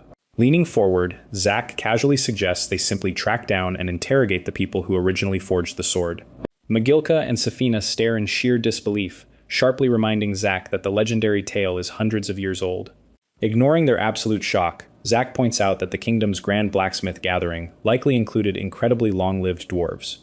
Realizing his blunt logic is actually sound, Magilka admits there could definitely be dwarven blacksmiths from that era who are still alive today. Clapping her hands together, Mary excitedly asks Magilka if she knows anyone specific who might have been involved. Magilka immediately points directly at Mary, suggesting she already has the perfect royal connection to investigate the matter. Reluctantly accepting that she must ask royalty about royal history, Mary sighs in resignation as Zack cheerfully addresses her. Walking through the academy halls later, Mary smiles at Safina, deeply appreciating the kind girl for guiding her to the Lalaios lounge. Blushing furiously, Safina stammers that she only tagged along because she was absolutely fascinated by Mary's wonderful clothes. Chuckling softly, Mary takes immense pride in her custom-ordered Japanese-style academy uniform. She internally schemes to popularize the outfit, feeling it only counts as true fashion if everyone else in the division starts wearing it too. Plotting her grand fashion takeover, Mary decides she will start by forcing the highly interested Safina to try on the unique uniform. Safina respectfully announces their arrival, gesturing to the grand entrance of the Lalaios lounge. Peeking inside the massive room, Mary realizes the lounge lacks designated seating, making her search significantly harder. Peering over the bustling crowd, she wonders how she will ever locate the prince in such a chaotic environment. Spotting a massive concentrated crowd of students gathered in one spot, Mary instantly deduces the royal's exact location. Noticing her arrival, the prince smoothly dismisses his adoring crowd to warmly welcome his important friend. Sweating under the intense, jealous glares of the surrounding students, Mary watches Zack casually greet her. Suddenly remembering her timid guide, Mary glances back to check if Safina is surviving the overwhelming social pressure. Discovering Safina collapsed and apologizing on the floor, Mary frantically regrets forgetting to warn her about meeting the prince. Approaching with a warm smile, the prince curiously asks Mary about her highly unusual clothing. Nervous about his royal reaction, Mary hesitantly asks if her custom design looks strange. The prince instantly reassures her, smoothly complimenting the outfit's cute yet incredibly dignified vibe. Blushing slightly, Mary covers her mouth and jokingly asks if he learned those smooth, flattering lines directly from the king. Regaining her composure, Mary formally brings up her business regarding the completely missing history of the Eternal Sword. The prince finds the missing records strange and offers to introduce her to a dwarven blacksmith who currently works at the royal palace. Smiling brightly, he casually suggests they take a trip to the royal capital together on their very next holiday. While internally wishing she could use her invincible skill to block the crowd's murderous glares, Mary nervously clarifies that they will definitely be bringing all their usual friends along. Arriving at a surprisingly massive building on their holiday, the group marvels at the workshop's sheer scale. Mary apologizes for the short notice and explains Safina couldn't come after fainting, while the hosts express their deep honor at the prince's arrival. Bursting onto the scene, the workshop chief loudly and enthusiastically recognizes the young master. Introducing himself as Deodra, the chief teases the prince about bringing cute girls as Magilka, and Mary politely introduce themselves. Stroking his chin in thought, Deodra listens closely as Mary asks him about the legendary Eternal Sword. She clarifies her question, asking if it is the specific weapon the king previously commissioned her father and his colleagues to forge. Someone excitedly chimes in, confirming it is the legendary blade presented to the heroic Silver Knight. Dropping a massive bombshell, Diodra bluntly reveals that the royal request to forge that specific sword actually ended in complete failure. He explains that despite the entire country's best efforts, they failed to create anything stronger than the knight's current weapon, prompting a massive cover-up. When pressed about the princess famously gifting the sword, Diodra recalls playing with her back then but firmly denies ever seeing such a grand weapon. He hilariously reveals that the young princess simply wanted to join the forging process, so she poured dissolved white ore into a mold he made for her. Laughing off the legend, Diodra explains that once the ore solidified, they simply called it finished, proving there was absolutely nothing divine about it. A stunned Majilka realizes that someone merely took the mundane detail of the princess's gift and heavily dramatized it into a fake legend. Suddenly intrigued, Mary points out that the legend might actually hold some truth if the weapon was forged entirely from pure white ore. Magilka quickly dismisses the idea, noting that while white ore is rare, it is notoriously soft enough for a child to break. Diodra counters with a recent discovery, explaining that white ore actually hardens exponentially if it absorbs a massive amount of mana. Mary mentally calculates that since she easily wields 4th-tier magic, she possesses more than enough power to trigger the ore's hidden durability. Hypothesizing further, Diodra claims that with a strong enough mana source, the soft ore could potentially rival adamantite or orichalcum. Grinning with mischievous intent, Mary leans in and asks the workshop chief to take a highly secretive custom order. A beautifully crafted, brilliantly shining sword is finally presented to the young noble. Gripping the hilt of her new weapon, Mary chuckles darkly as she marvels at finally possessing the unbreakable eternal sword. However, her sinister excitement instantly shatters as she stares blankly at the sword's incredibly gaudy and extravagant design. Zack bursts into hysterical laughter, mocking her flashy weapon by joking that she looks like a rogue hero who stole a legendary sword. Ignoring the mockery, Mary violently swings the blade to test its physical limits. Thrilled that the blade didn't chip, she realizes Diodra probably made it so flashy because he assumed she wanted a decorative piece. Her relief evaporates when Zack casually mentions that her extravagant sword will make her stand out during the martial arts championship. Caught completely off guard, Mary learns that the Soloist Academy uses a knockout tournament as a brutal practical exam. A fired-up Zack enthusiastically asks if the prospect of a massive tournament gets her blood pumping. Turning her attention away, Mary notices Safina trembling silently and asks what is bothering her. Forcing a weak laugh, Safina brushes off the concern just as an instructor loudly announces the start of practical training. Mary watches her friend walk away, sensing an undeniable tension in the air. Suddenly, Safina shrieks in pure terror as she ducks a massive incoming strike. An upperclassman casually tells the panicked girl to calm down, assuring her that her outstanding reflexes will protect her if she stays focused. Engaging in a fierce spar, Mary realizes Safina's evasive skills are perfect for helping her test her new sword's dangerous limits before the tournament. Sweating nervously, Mary admits she needs to master her restraint so she doesn't accidentally kill someone, hoping to secure at least one victory for her family's honor. Zack effortlessly sees through her modesty, teasingly asking if she is actually aiming to seize first place. Distracted by the conversation, Mary suddenly whips her head around in sheer panic as someone screams Safina's name. Staring in utter disbelief, Mary realizes a devastating tragedy just occurred in a single, unreactable instant. Safina cries out in agonizing pain, clutching her injured arm as Mary gasps in absolute shock. Trembling at the close call, Mary realizes that if Zack had not deflected her attack with a rock, the strike would have been fatal. Ik-sensei quickly reassures the panicking girls, noting that the light wound can easily be treated with healing magic. While healing the injury, the stern instructor reminds Mary that even a blunted training weapon is still a highly dangerous tool. Zack apologizes for letting his training habits take over, while Mary desperately begs for Safina's forgiveness. Waving off their frantic apologies, Safina tearfully blames her own lack of focus during the intense practice session. Walking through the academy halls later, Zack casually suggests they head to the infirmary to check on their injured friend. He observes that the upcoming martial arts tournament has left everyone on campus acting unusually tense and aggressive. Recalling Safina's deeply distracted demeanor before practice, Mary wonders if the looming championship is causing her agonizing anxiety. Hearing a sudden commotion nearby, Mary and Zack immediately turn their attention toward a secluded corner of the academy. Stepping into the alley, Zack violently grabs a hostile student who is aggressively harassing someone in the shadows. Glaring fiercely at the arrogant stranger, Zack firmly demands to know what the boy thinks he is doing. Recognizing the renowned Elixir and Legalia heirs, the cornered bully clicks his tongue in sheer annoyance. Breaking free with a sudden, violent maneuver, the aggressive boy shouts at Zack to let him go. Smirking arrogantly, he boasts about how easily he slipped out of Zack's restraining technique. Unimpressed by the display, Mary turns to Zack and bluntly asks if he knows the obnoxious stranger. Enraged by their dismissive attitude, the boy yells that he still has unfinished business to settle with. That woman. Stepping forward with a terrifyingly intimidating aura, Mary firmly demands to know exactly who he is referring to. The boy flinches violently under Mary's piercing glare, completely overwhelmed by her monstrous, suffocating presence. Safina suddenly emerges from the shadows, timidly asking what her friends are doing there. Clicking his tongue in total defeat, the arrogant boy storms off, while Zack questions his incredibly hostile attitude. Magilka unexpectedly appears, chiding Zack for not recognizing one of his primary rival candidates for the upcoming tournament. Turning their attention back to the trembling Safina, Mary gently waits for an explanation. Stepping closer, Mary insists that Safina treat them as true friends and share the heavy burden of her troubles.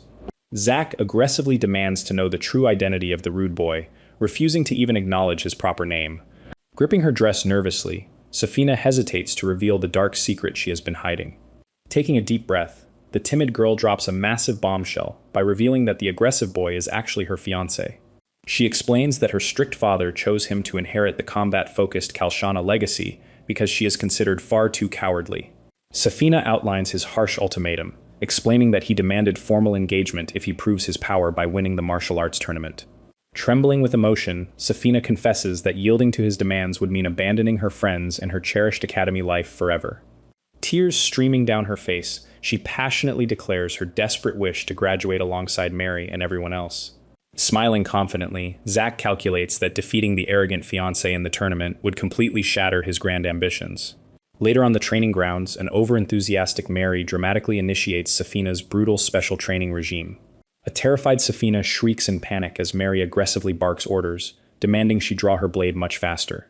Watching from the sidelines, Magilka marvels at the custom mobility clothing and specially ordered dwarven blade Mary provided for the training. Sweating nervously, Magilka quickly retracts her question after realizing just how terrifyingly expensive the custom gear must have been. Mary explains that the aggressive Kalshana style doesn't suit Safina, so she plans to teach her a highly specialized reactive technique instead. Pointing to the replica katana, Mary reveals she is drawing her ultimate inspiration entirely from a manga she read in her past life. Striking a dynamic pose, Mary proudly announces she will teach the timid girl the ultimate art of sword drawing. Safina stares in bewildered awe as Mary dramatically repeats the name of the legendary, lightning-fast quick-draw technique. Mary yells in shock, realizing Magilka completely twisted the conversation about the art of sword drawing to make the situation her fault. Magilka points out that Safina's vital speed will naturally suffer if she continuously hesitates to actually draw her weapon.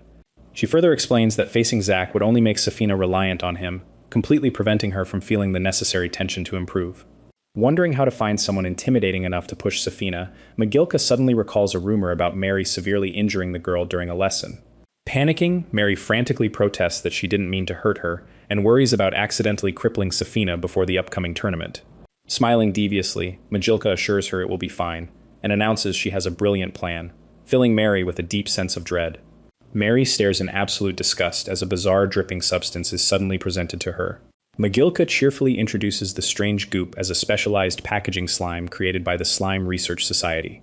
She explains that since slimes are naturally resistant to impacts and slashes, she borrowed the prototype to act as a physical shock buffer. Noting the slime's weakness to temperature changes, Magilka reassures a grossed-out Mary that it can easily be washed off with hot water. Ignoring Mary's loud protests, Magilka enthusiastically declares that it is time to go put their sticky plan into action. Preparing for the ambush, Mary realizes Zack already ran away to his next lesson, leaving her completely alone to execute the slime strategy. Accepting her bizarre fate, Mary confronts a trembling Safina and warns her to draw her sword before the attack if she wants to avoid the sticky slime. Lunging forward with a menacing glare, Mary violently threatens that failing to defend herself will cost Safina something precious to a maiden. The journey of a car ride can weave tales of wonder and adventure. Anxiously awaiting her turn, Mary desperately hopes to be matched against Zack or Safina so she can lose gracefully and get it over with. Discussing potential opponents, Zack notes a particularly strong student who recently managed to catch his father's attention. Zack recalls facing the arrogant boy in practical training, noting that he possessed absolute confidence in his own sword style just like Zack did before meeting Mary. Glaring in pure annoyance, Mary furiously demands that Zack stop acting like she single-handedly shattered his confidence. The instructor suddenly calls Safina's name, prompting the nervous Kalshana heir to step forward for the draw. Mary prays desperately to any listening gods, begging them to prevent Safina from being matched against Zack in the very first round. Unfurling the lottery paper, the instructor officially announces that Safina will be fighting Alan Gord. Stepping forward from the crowd with a smug smirk, Alan Gord confidently declares his presence. Glaring fiercely, Alan calls their matchup a stroke of good luck and mocks Safina, insisting it would be troublesome if she lost to someone else and made up excuses. Pointing an accusatory finger, Alan vows to end their battle in one blow, just to expose Safina as a weakling who only takes cover behind the Regalia family. Stepping protectively in front of her trembling friend, an infuriated Mary asks the arrogant boy if he is daring to talk about them. Radiating a terrifying aura, Mary quietly asks Zack if she should just finish the obnoxious boy right here and now. Zack gently intercedes, reminding Mary to let Safina handle the situation during their scheduled match tomorrow. Sweating profusely under Mary's intense anger, Alan nervously stammers about looking forward to the battle before hastily retreating. Grabbing Safina by the shoulders, Mary furiously demands that her friend absolutely must not lose to such a despicable guy. Gripping her sword tightly, a determined Safina prepares for the tournament to finally undo the curse that has been tormenting her. Resting in her room, Mary quietly asks Tut if it looks like Safina is merely acting as her lackey. Tude firmly denies the thought, turning the question back to ask if her young mistress actually views Safina that way. The loyal maid wisely advises Mary that her own genuine feelings matter far more than the misguided opinions of others. Tute warmly adds that Safina seemed incredibly joyous while speaking about Mary during their earlier tea party. Grateful for the reassuring words, Mary thanks her loyal maid and bids her a peaceful good night. Time skips forward, bringing the highly anticipated first day of the Grand Martial Arts Tournament. A wooden training dummy is cleanly and flawlessly sliced in half. Clapping enthusiastically, Mary praises Safina for completely mastering the legendary art of sword drawing. Revealing he had been watching for a while, Zack expresses deep amazement at Safina's incredible swordsmanship talent. Mary humbly admits she taught the technique haphazardly using manga knowledge, marveling at how Safina's natural talent perfectly filled the gaps. Zack enthusiastically declares that Safina has practically already won the match, noting her overwhelming power even with a replica katana. Despite the high praise, Safina trembles nervously and laments that her body completely freezes up when it actually matters. Recalling Tut's past wisdom, Mary solemnly reminds Safina that true strength requires something foundational before experience and skill. Mary urgently pleads with Safina to summon the courage to take just one more step forward so they can all graduate together. Offering unwavering support, Mary tells her trembling friend to firmly believe in the immense effort she has consistently put in. Deeply moved by the fierce encouragement, Safina silently vows to believe in herself and summon the courage to step onto the battlefield.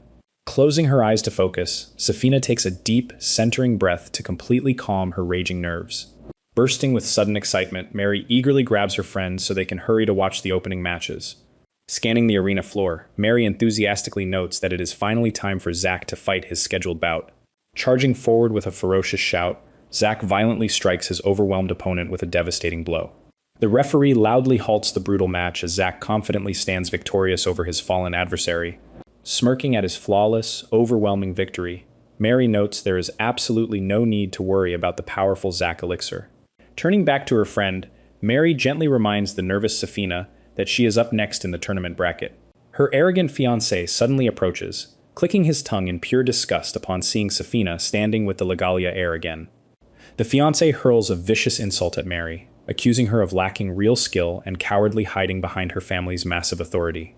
Stepping forward fearlessly, Safina firmly demands he retract his insulting words while fiercely defending Mary's true, noble character. Stunned by her sudden defiance, the arrogant boy sneers and challenges her to beat him in the ring if she wants an apology. Without a single hint of her former hesitation, Safina confidently declares she will be heading off to the arena. Watching her stride away, Zack praises the incredibly focused and fearless expression burning on Safina's face.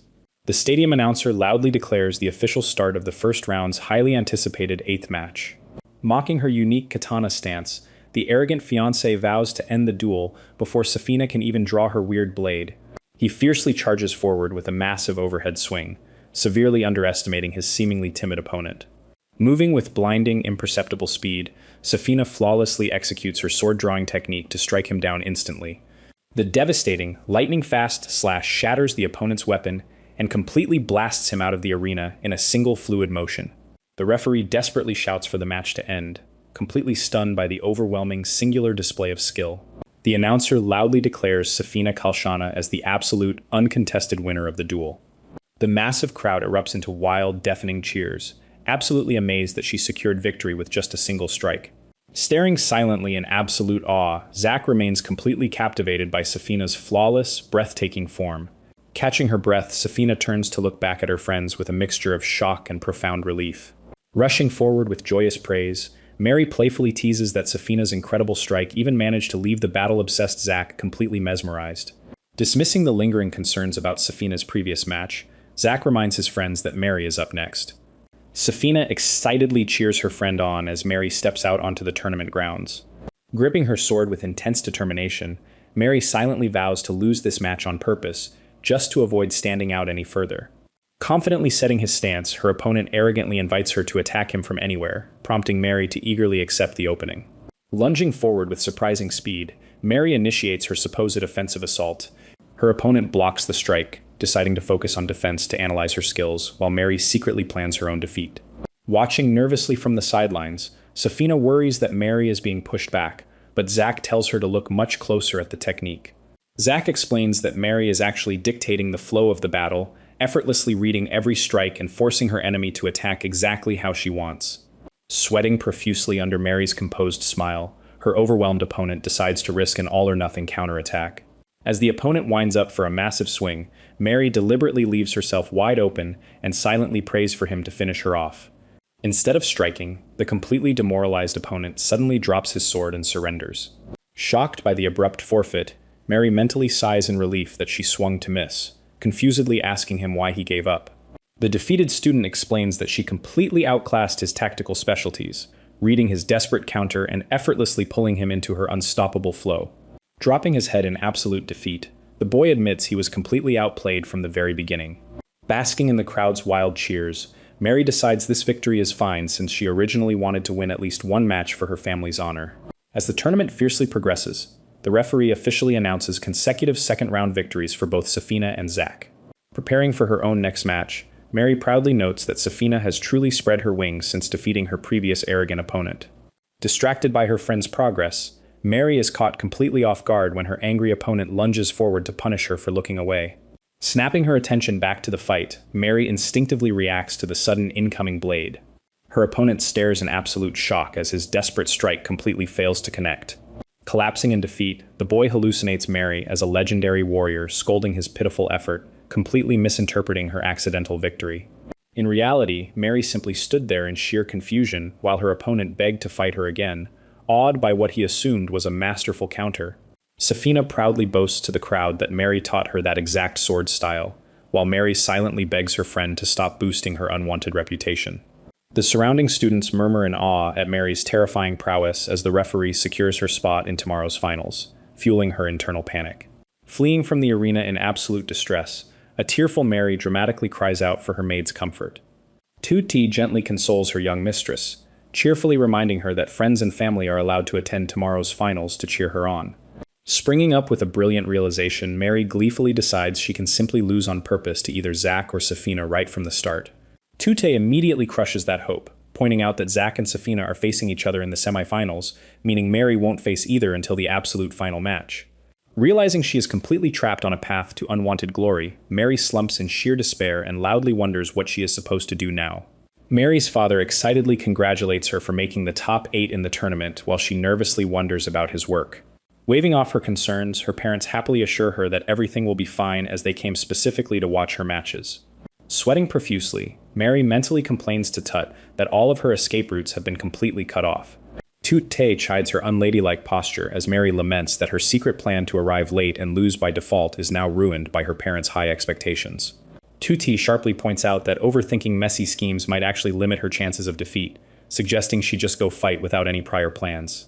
Lighting up with sudden realization, Mary eagerly agrees that fighting haphazardly is a surefire way for someone like her to lose immediately. Arriving at the bustling arena, Mary shrinks back defensively as she complains about the massive, intimidating crowd. Tuti accurately notes that staying hidden in the waiting room would have only caused Mary's imagination to crush her with anxiety. Safina happily greets Mary while Tuti playfully shakes her mistress, proving just how well the loyal maid understands her. Zack casually warns Mary not to lose her match just because she is intimidated by the crowd, confidently looking forward to facing her in the tournament. Safina fiercely interrupts, boldly declaring that she will be the one to fight Mary in the grand finals. Trembling under the mounting pressure, Mary listens as her friends confidently assure each other that she will definitely secure a flawless victory.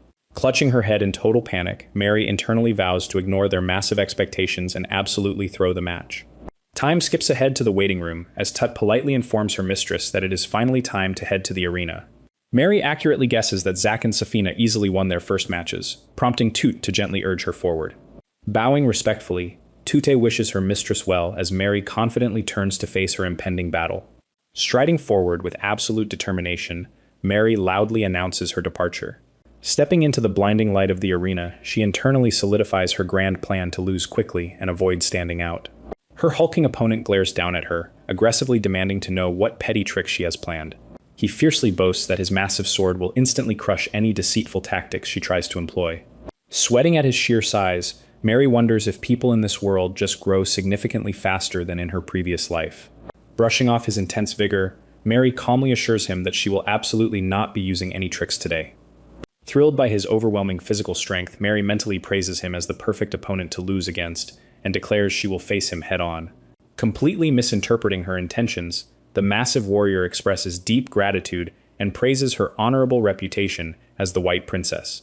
The crowd instantly erupts into deafening cheers, leaving Mary completely bewildered by their sudden, fiery enthusiasm. Startling Mary with a sudden appearance, an energetic senior student loudly volunteers to explain the crowd's wild reaction. Karis explains that Mary brilliantly recognized her opponent's anxiety over psychological tactics and honorably chose to fight him with pure strength instead. As the announcer officially starts the match, Mary violently kicks herself for accidentally saying cool things that hyped up the audience. The hulking warrior charges forward with a massive swing, forcing a panicked Mary to realize she cannot just stand still against such terrifying strength. Blocking the heavy blow, she recoils as her aggressive opponent mocks her for pathetically sticking strictly to defense. Suddenly remembering that her parents are watching from the stands, Mary panics and decides she must put on at least a minor show.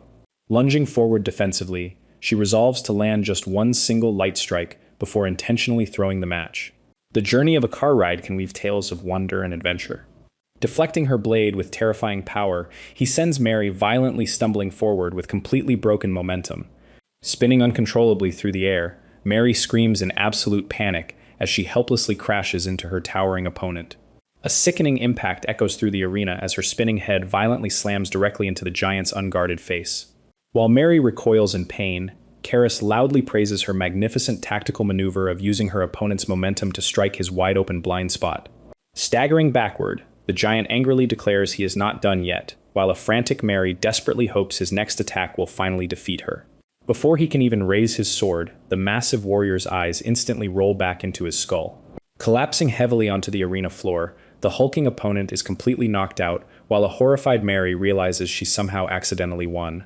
The crowd erupts into wild cheers as the tournament progresses to the highly anticipated semifinal rounds. One of Mary's admirers praises her for considerately taking her opponent's final attack head-on without running away, deeply misunderstanding her actual intentions.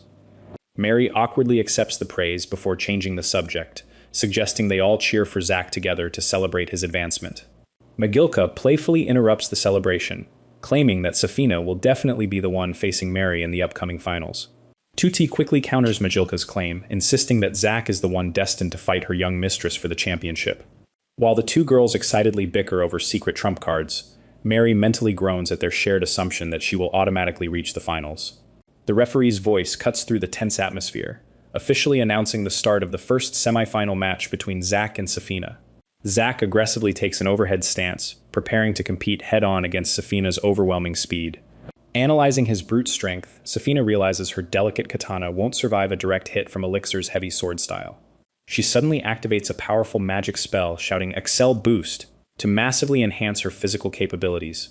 Closing the distance in an instant, Safina completely shocks the crowd by seamlessly integrating magic into her swordsmanship. Magilka proudly boasts to the group that this magical speed technique is the ultimate anti-Mary countermeasure she secretly taught Safina. As Safina enters striking range, Zack quickly reacts by casting Body Protect to harden his physical defenses. Tootie smugly counters Magilka's gloating, revealing that the defensive spell is actually Zack's own secret trump card borrowed from Karis. Thrilled by the intense matchup, Zack unleashes a fierce battle cry and vows not to hold anything back. The two powerful combatants violently clash in the center of the arena, their colliding weapons sending shockwaves through the air. Realizing her fragile scabbard won't endure a prolonged fight, Safina grits her teeth and casts Excel Boost once more. Zack meets her blinding speed with sheer brute force, roaring loudly as he continuously reinforces himself with Body Protect.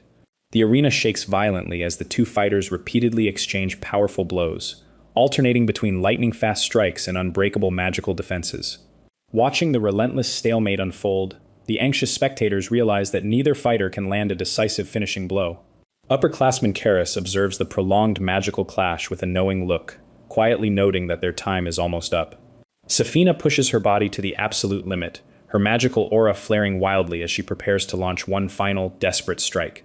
Zack completely mirrors her fiery intensity, pouring every last ounce of his remaining strength into his final defensive stance. Their ultimate techniques collide in a massive, blinding explosion of raw magical energy that engulfs the entire arena. As the thick smoke finally clears, both contestants collapse unconscious, prompting the referee to declare the match a complete draw. Karis explains to the stunned onlookers that continuously spamming such high-level magic inevitably drains a fighter's mana, resulting in a dual knockout. A wave of horrified realization suddenly washes over Mary's face as she slowly processes the referee's final verdict. Absolute panic consumes her as she realizes a double knockout means she will automatically advance to the dreaded final match without having anyone left to intentionally lose to. Inspecting the unconscious Zack and Safina, Ik-sensei notes that they lack external wounds and simply exhausted their mana reserves. Mary makes a highly guilty face while the instructor gently reassures her that there is no need to look so worried. Analyzing the bracket, Mary realizes that since her friend's semifinal match ended in a draw, her next bout is actually the grand finals. Tude urgently advises her mistress to head to the arena, prompting Mary to formulate a sudden, desperate plan. Gripping her maid's shoulder with intense determination, Mary firmly declares that she will remain right there in the infirmary. Clasping her hands together, Mary dramatically insists she would rather hold her fallen friend's hands than wield a sword. Smiling mischievously, she reveals her cowardly scheme to simply wait out the finals in hiding. Tute warns that such a blatant no-show will result in a default loss, which Mary eagerly confirms is exactly her goal. Prince Rayforth suddenly appears in the doorway, smoothly announcing that there is absolutely no need to worry about that. Stepping into the room, the prince explains that Mary's opponent actually forfeited the match a little while ago. He quotes the terrified opponent, who claimed she could never defeat Mary's marvelous swordsmanship, and had mentally lost before even crossing blades. Horrified by the disastrous news, Mary desperately prays that the teachers and audience rejected such a ridiculous forfeit. Shattering her hopes completely, the prince reveals that the crowd was deeply impressed by her gallantry and accepted the request with unanimous applause. Smiling warmly at the devastated girl, Prince Rayforth officially declares that she has won the tournament by default. Dropping her head in sheer despair, Mary violently regrets not just rushing to the arena and demanding a straightforward duel when she had the chance. Having fainted from the overwhelming shock, Mary laments being recorded in Academy history as the student who won by default because of her last-minute scheming. 2 weeks after the chaotic tournament, Mary has completely transformed into a depressed shut-in hiding under her heavy blankets. Tude gently nudges the shivering blanket lump, reminding her mistress that it has already been 2 full weeks since the event. Peeking out miserably, Mary complains that the prince's spreading rumors about her choosing friendship over glory made returning to the academy incredibly embarrassing. Spotting Tut holding her pristine clothes, Mary suspiciously asks why her maid is preparing her uniform and bag. Tute cheerfully announces that it is finally time for the diligent young mistress to rise and shine for her mandatory written exam. Sarcastically calling it a profound honor to serve the grand tournament champion, Tutti successfully guilt-trips Mary out of bed. Trudging groggily downstairs, Mary offers her parents a very tired and defeated morning salutation. Refusing to let her sulk, both of her parents immediately dive in for a massive, suffocating double embrace. Showering her with intense affection, they frantically ask if their precious daughter is finally feeling well again. Smiling softly at their warmth, Mary realizes this is absolutely no time to feel dejected when she has people who care so deeply about her. Beaming brightly, she enthusiastically reassures her mother that she is perfectly fine and ready to face the day. Struggling desperately for breath within her mother's generous cleavage, Mary frantically warns that she is going to be late for school. Walking toward the academy, Mary reflects on the classic phenomenon where skipping school makes returning feel significantly harder. Glancing backward, she curiously asks Tut why a personal maid is suddenly allowed inside the academy grounds now that the tournament is over. Before Toot can even answer, a familiar, excited voice calls out to Mary from down the hallway. Safina violently tackles Mary with a tearful full-body hug while screaming her dear friend's name. Apologizing for causing unnecessary worry, Mary quietly suspects her passive attack nullification skill completely absorbed the impact of Safina's desperate tackle. Crying profusely, Safina demands to know why Mary never told them the truth, making Mary panic that her cheat abilities were finally discovered. Safina dramatically reveals she is talking about the deeply tragic rumor that Mary possesses a highly sickly, fragile body.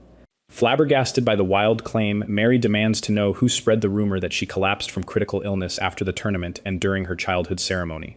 Clenching her fists in absolute fury, Mary instantly deduces that her overly dramatic father is entirely to blame for the spreading misinformation. Magilka steps up to confirm that Lord Legalia loudly and publicly complained to the headmaster about her health right after the tournament ended. Turning to Tude in sheer disbelief, Mary finally understands that her maid is allowed on campus purely because the school officially recognized her as a sickly student. Weeping over her increasingly complicated academy life, Mary goes pale while a panicked Tut urges her to get a grip before her written exam. The tense silence of the academy broke on the day the test results were finally announced. Staring blankly at the massive notice board, Mary was shocked to see her name listed in 5th place. She mentally noted that despite being too distracted to intentionally bomb the exam, her ranking was still perfectly acceptable for a noble of her status. Zach cheerfully praised her for dominating the practicals and placing 5th in written exams, prompting Mary to internally agree with Tut's advice to stop overthinking things. Swinging his sword, Zach confidently claimed she could have taken 1st place if she hadn't spent 2 weeks sick in bed. Safina immediately agreed with Zach, adding with deep concern that Mary's complexion was worryingly pale during the actual testing. As her friends aggressively swarmed her with offers of tea and shaded seating, Mary panicked over how their intense pampering over her fake illness would totally spoil her. A stern voice suddenly cut through the chaotic coddling, calling out the regalia name. Mentally praising the strict teacher as a complete lifesaver, Mary quickly followed Ix as she announced that the academy's headmaster had summoned her. Arriving at the very top of a massive clock tower, Eleanor formally announced their presence to the empty room. Peeking around the seemingly deserted office, Mary wondered if the headmaster was hiding on a higher floor. Without warning, Ix violently cast a protective magical barrier to intercept an unseen threat.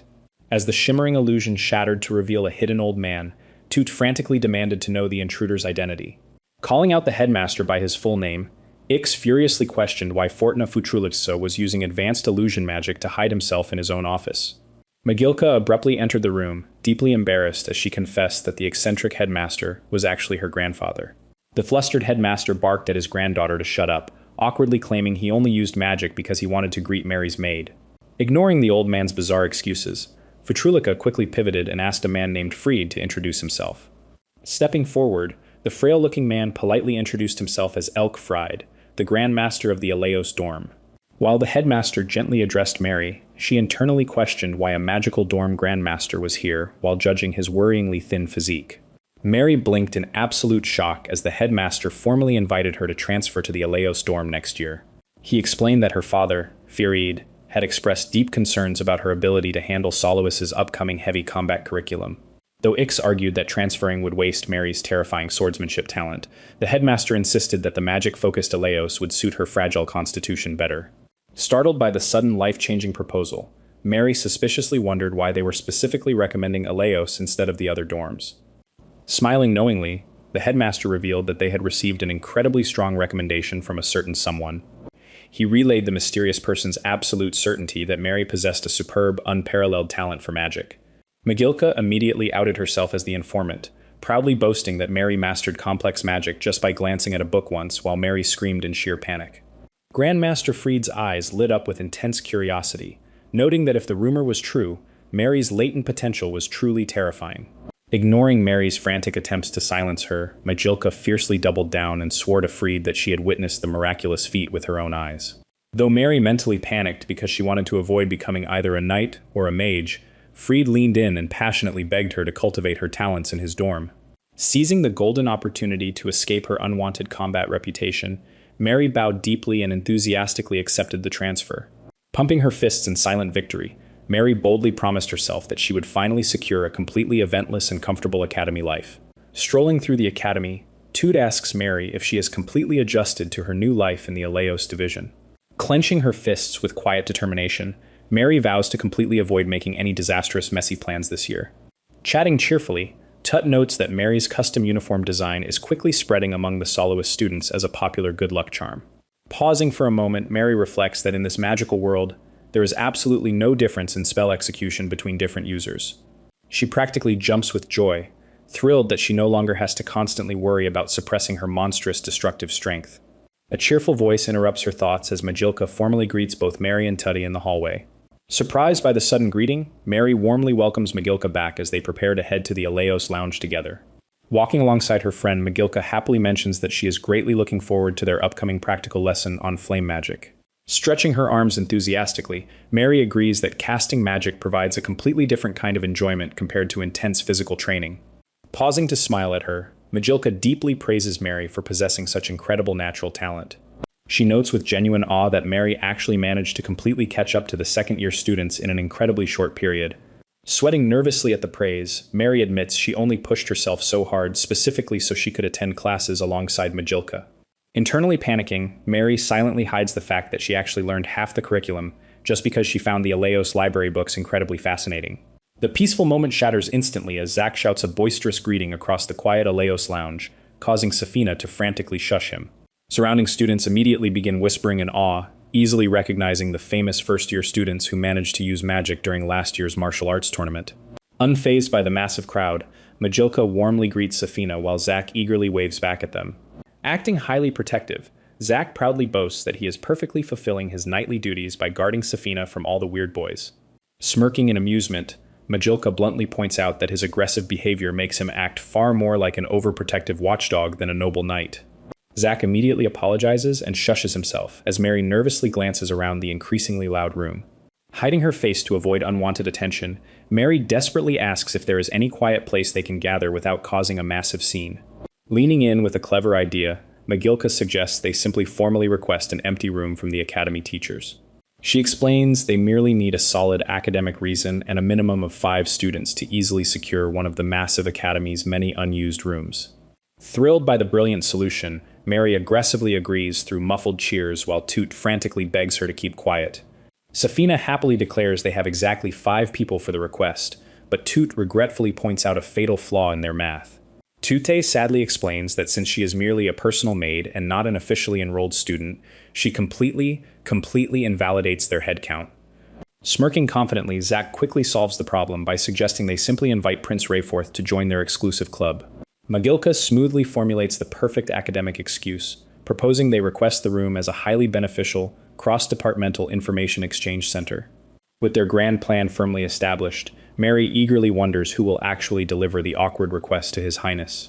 Exchanging sly glances, Zack and Magilka instantly volunteer Mary for the terrifying royal duty while cheerfully running off to secure the actual room. Later in the royal lounge, Mary nervously agrees as the prince casually accepts her sudden invitation. The prince highly praises Mary's broad, cross-departmental perspective, completely unaware that she only wanted a quiet room to set her mind at ease. While Mary desperately tries to correct his massive misunderstanding, the prince enthusiastically suggests they request a massive lecture hall complete with spectator seating. Catching up with the others later, Mary is completely baffled when Magilka reports that there are absolutely no empty rooms available. Magilka clarifies that the spacious old building is currently strictly prohibited from student use. Leaning in closely with a hushed voice, Magilka reveals the terrifying rumor that strange entities frequently appear within its dark halls. While Safina screams in absolute terror at the mention of ghosts, Mary immediately lights up with intense, morbid curiosity. Mary excitedly rationalizes that her invincible body and offensive magic make exploring a haunted building completely perfectly safe and highly entertaining. Ignoring Safina's desperate pleas, Mary cheerfully drags her friends along to perform a mandatory preliminary inspection of the haunted grounds. Arriving at the creepy, abandoned structure, Mary completely ignores the spooky atmosphere and joyously celebrates the total lack of other students. Stepping up to the heavy, wooden double doors, Mary casually notes that the grand entrance is surprisingly unlocked. Clinging to Mary in sheer terror, Tuta screams as Mary casually observes that the off-limits old building suffers from incredibly sloppy management. Trembling violently, Toot begs her mistress to leave immediately, stammering that she just saw a terrifying silhouette looming behind the window. Ignoring her maid's frantic panic, a deeply amused Mary gleefully realizes there are actual ghosts haunting the abandoned structure. Dragged relentlessly forward by her excited mistress, A sobbing Toot desperately pleads for Mary to just give up and go home. Stepping boldly into the eerie hallway, Mary calmly notes that the crumbling structure is surprisingly spacious, with numerous hidden rooms. Brandishing her magical power, Mary eagerly asks where the ghost went so they can eradicate it, prompting a bewildered Magilka to explain that magic is completely useless against spirits.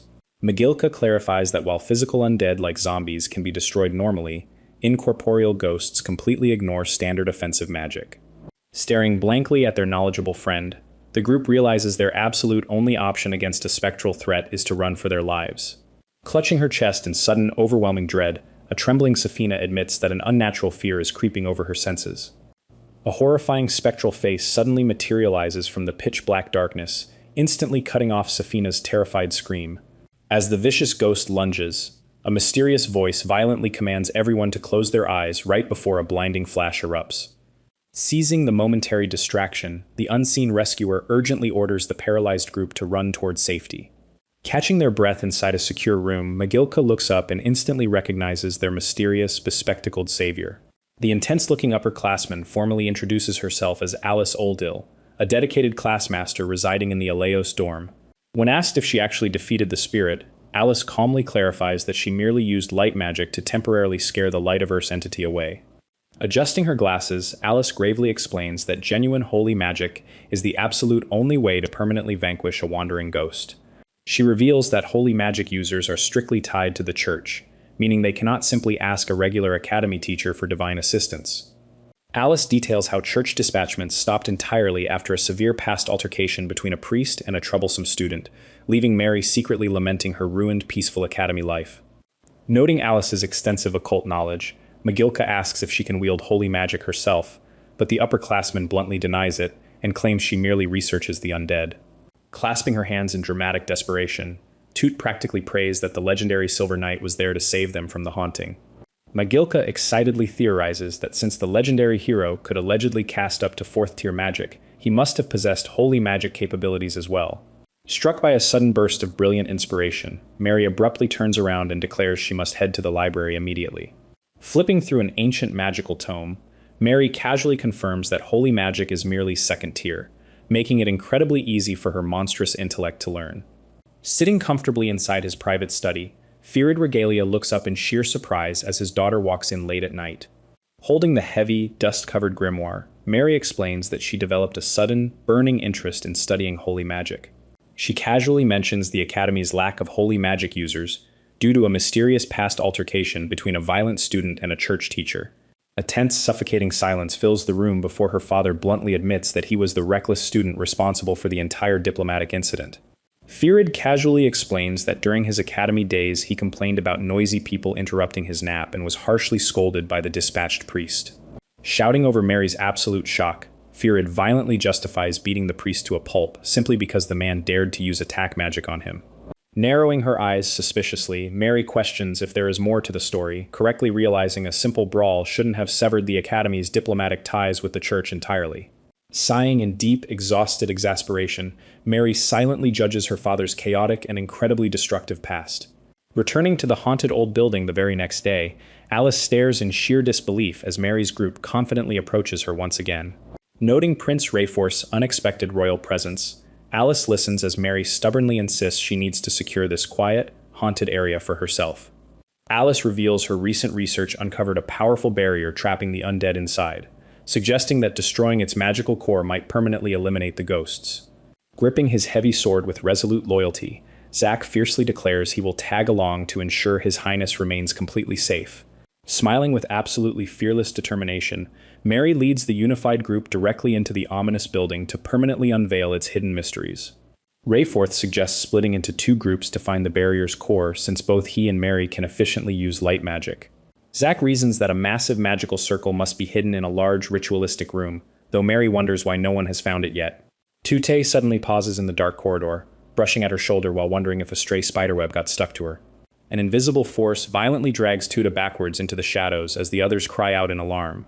Mary immediately lunges forward with a panicked gasp, desperately reaching out to grab her falling maid.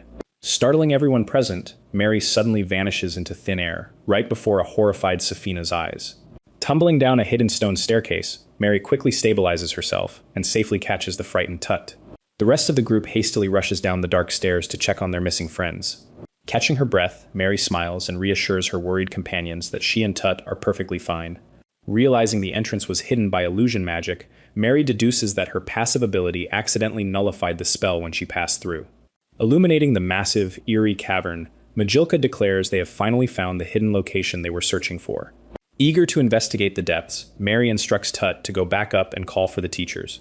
Magilka completely misinterprets Mary's clumsy accident as a brilliant display of skill, praising her for expertly uncovering the hidden stairway. Prince Rayforth volunteers to carefully inspect the downstairs area, while ordering the others to fetch an instructor. Seeing Mary's intense, excited stare, Majilka realizes her friend desperately wants to go examine the barrier's magic circle herself.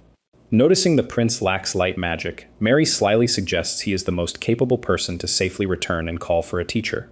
Sweating slightly under her intense gaze, Prince Rayforth accepts the task and asks Tut to accompany him back to the surface. With the prince gone, Mary and her friends eagerly prepare to descend deeper into the mysterious cavern. The trio approaches a massive, imposing metal door blocking their path to the inner chamber. Zack steps up to check the handle, groaning in sheer frustration as he announces the heavy door is completely locked. Ignoring his warning entirely, Mary casually pushes the door with her monstrous strength, violently blasting it completely off its hinges. Stepping into the chamber, Mary is deeply shocked to find Alice Senpai standing ominously inside. Alice glares at the group, deeply frustrated that Mary broke through the door to interfere with her grand plans. Believing Mary saw through her disguise, Alice commends the White Princess for knowing her secret all along. Completely baffled by the dramatic confession, Mary awkwardly stammers that she has absolutely no idea what the senior is talking about. Alice misinterprets Mary's past lingering stares as keen suspicion, completely unaware that Mary was merely admiring her large chest. Breaking the awkward tension, Magilka urgently yells for Mary to look at the massive ritual glowing right behind the senior. Magilka realizes the magic circle isn't just for locking away the undead, but is actually an active summoning ritual. Raising her hands triumphantly, Alice completes the forbidden spell and summons a towering, menacing undead warrior. Cheering in sheer delight, Alice declares that her grandfather's unfulfilled dream will finally become a reality. Blushing furiously, the eccentric senior reveals her grand ambition is to build an undead paradise and live a life of total degeneracy with ghost boys. Disgusted by the absurd motive, Mary frantically begs the delusional senior not to unleash a monster for such a weird reason. Zack angrily steps forward, warning Alice that trying to enslave such a dangerous undead creature will end terribly.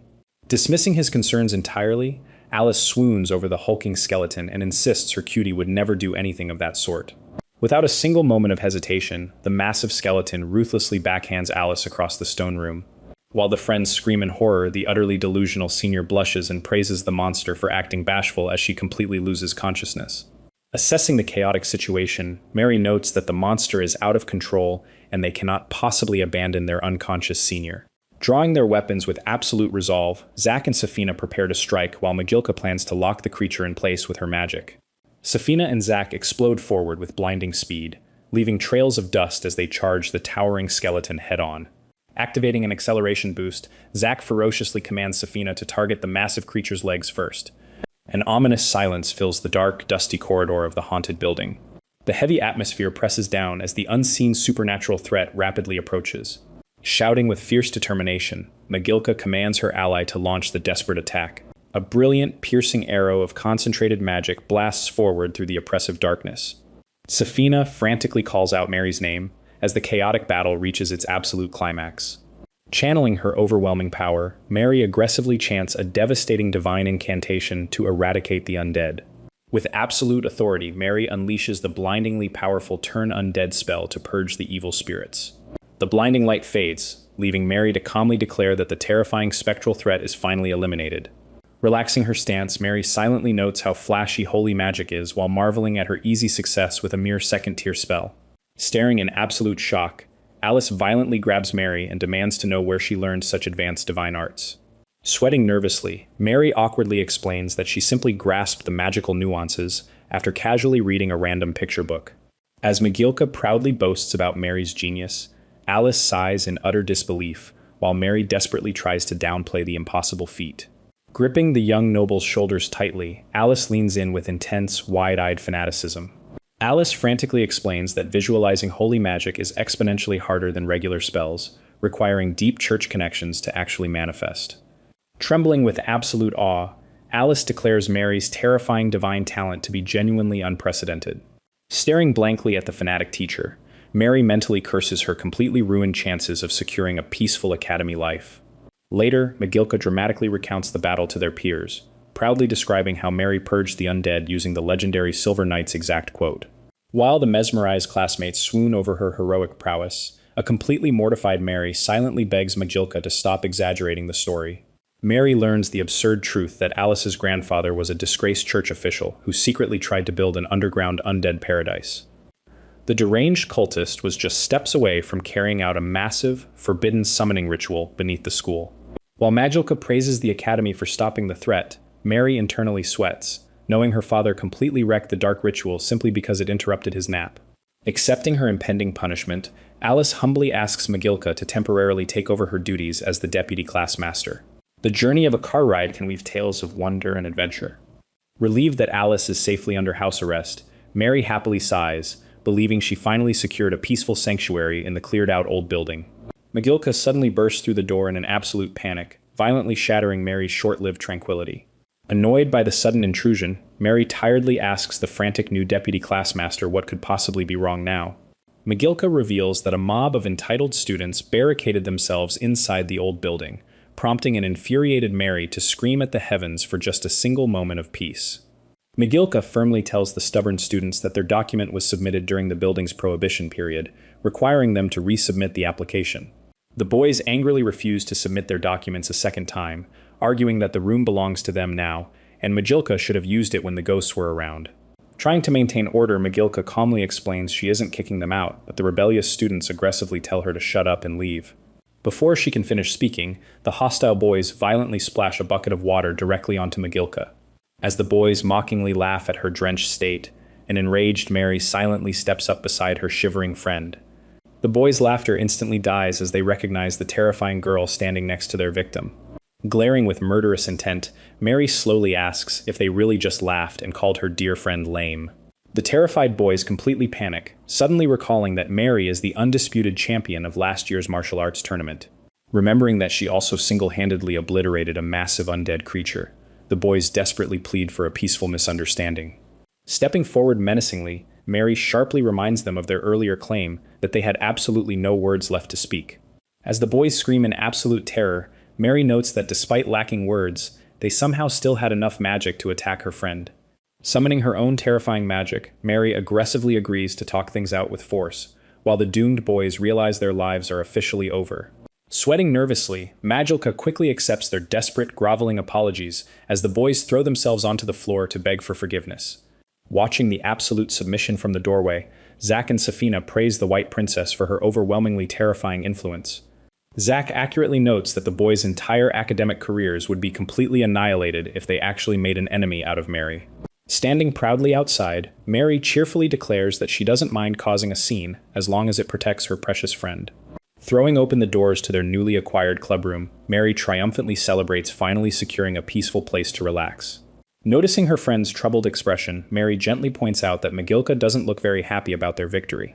Magilka sighs and explains she originally wanted to use the barricaded boys as an example to improve the entire management system of Aleos research societies. Handing over a crumpled piece of paper, Magilka reveals that the terrified boys finally submitted their required application form.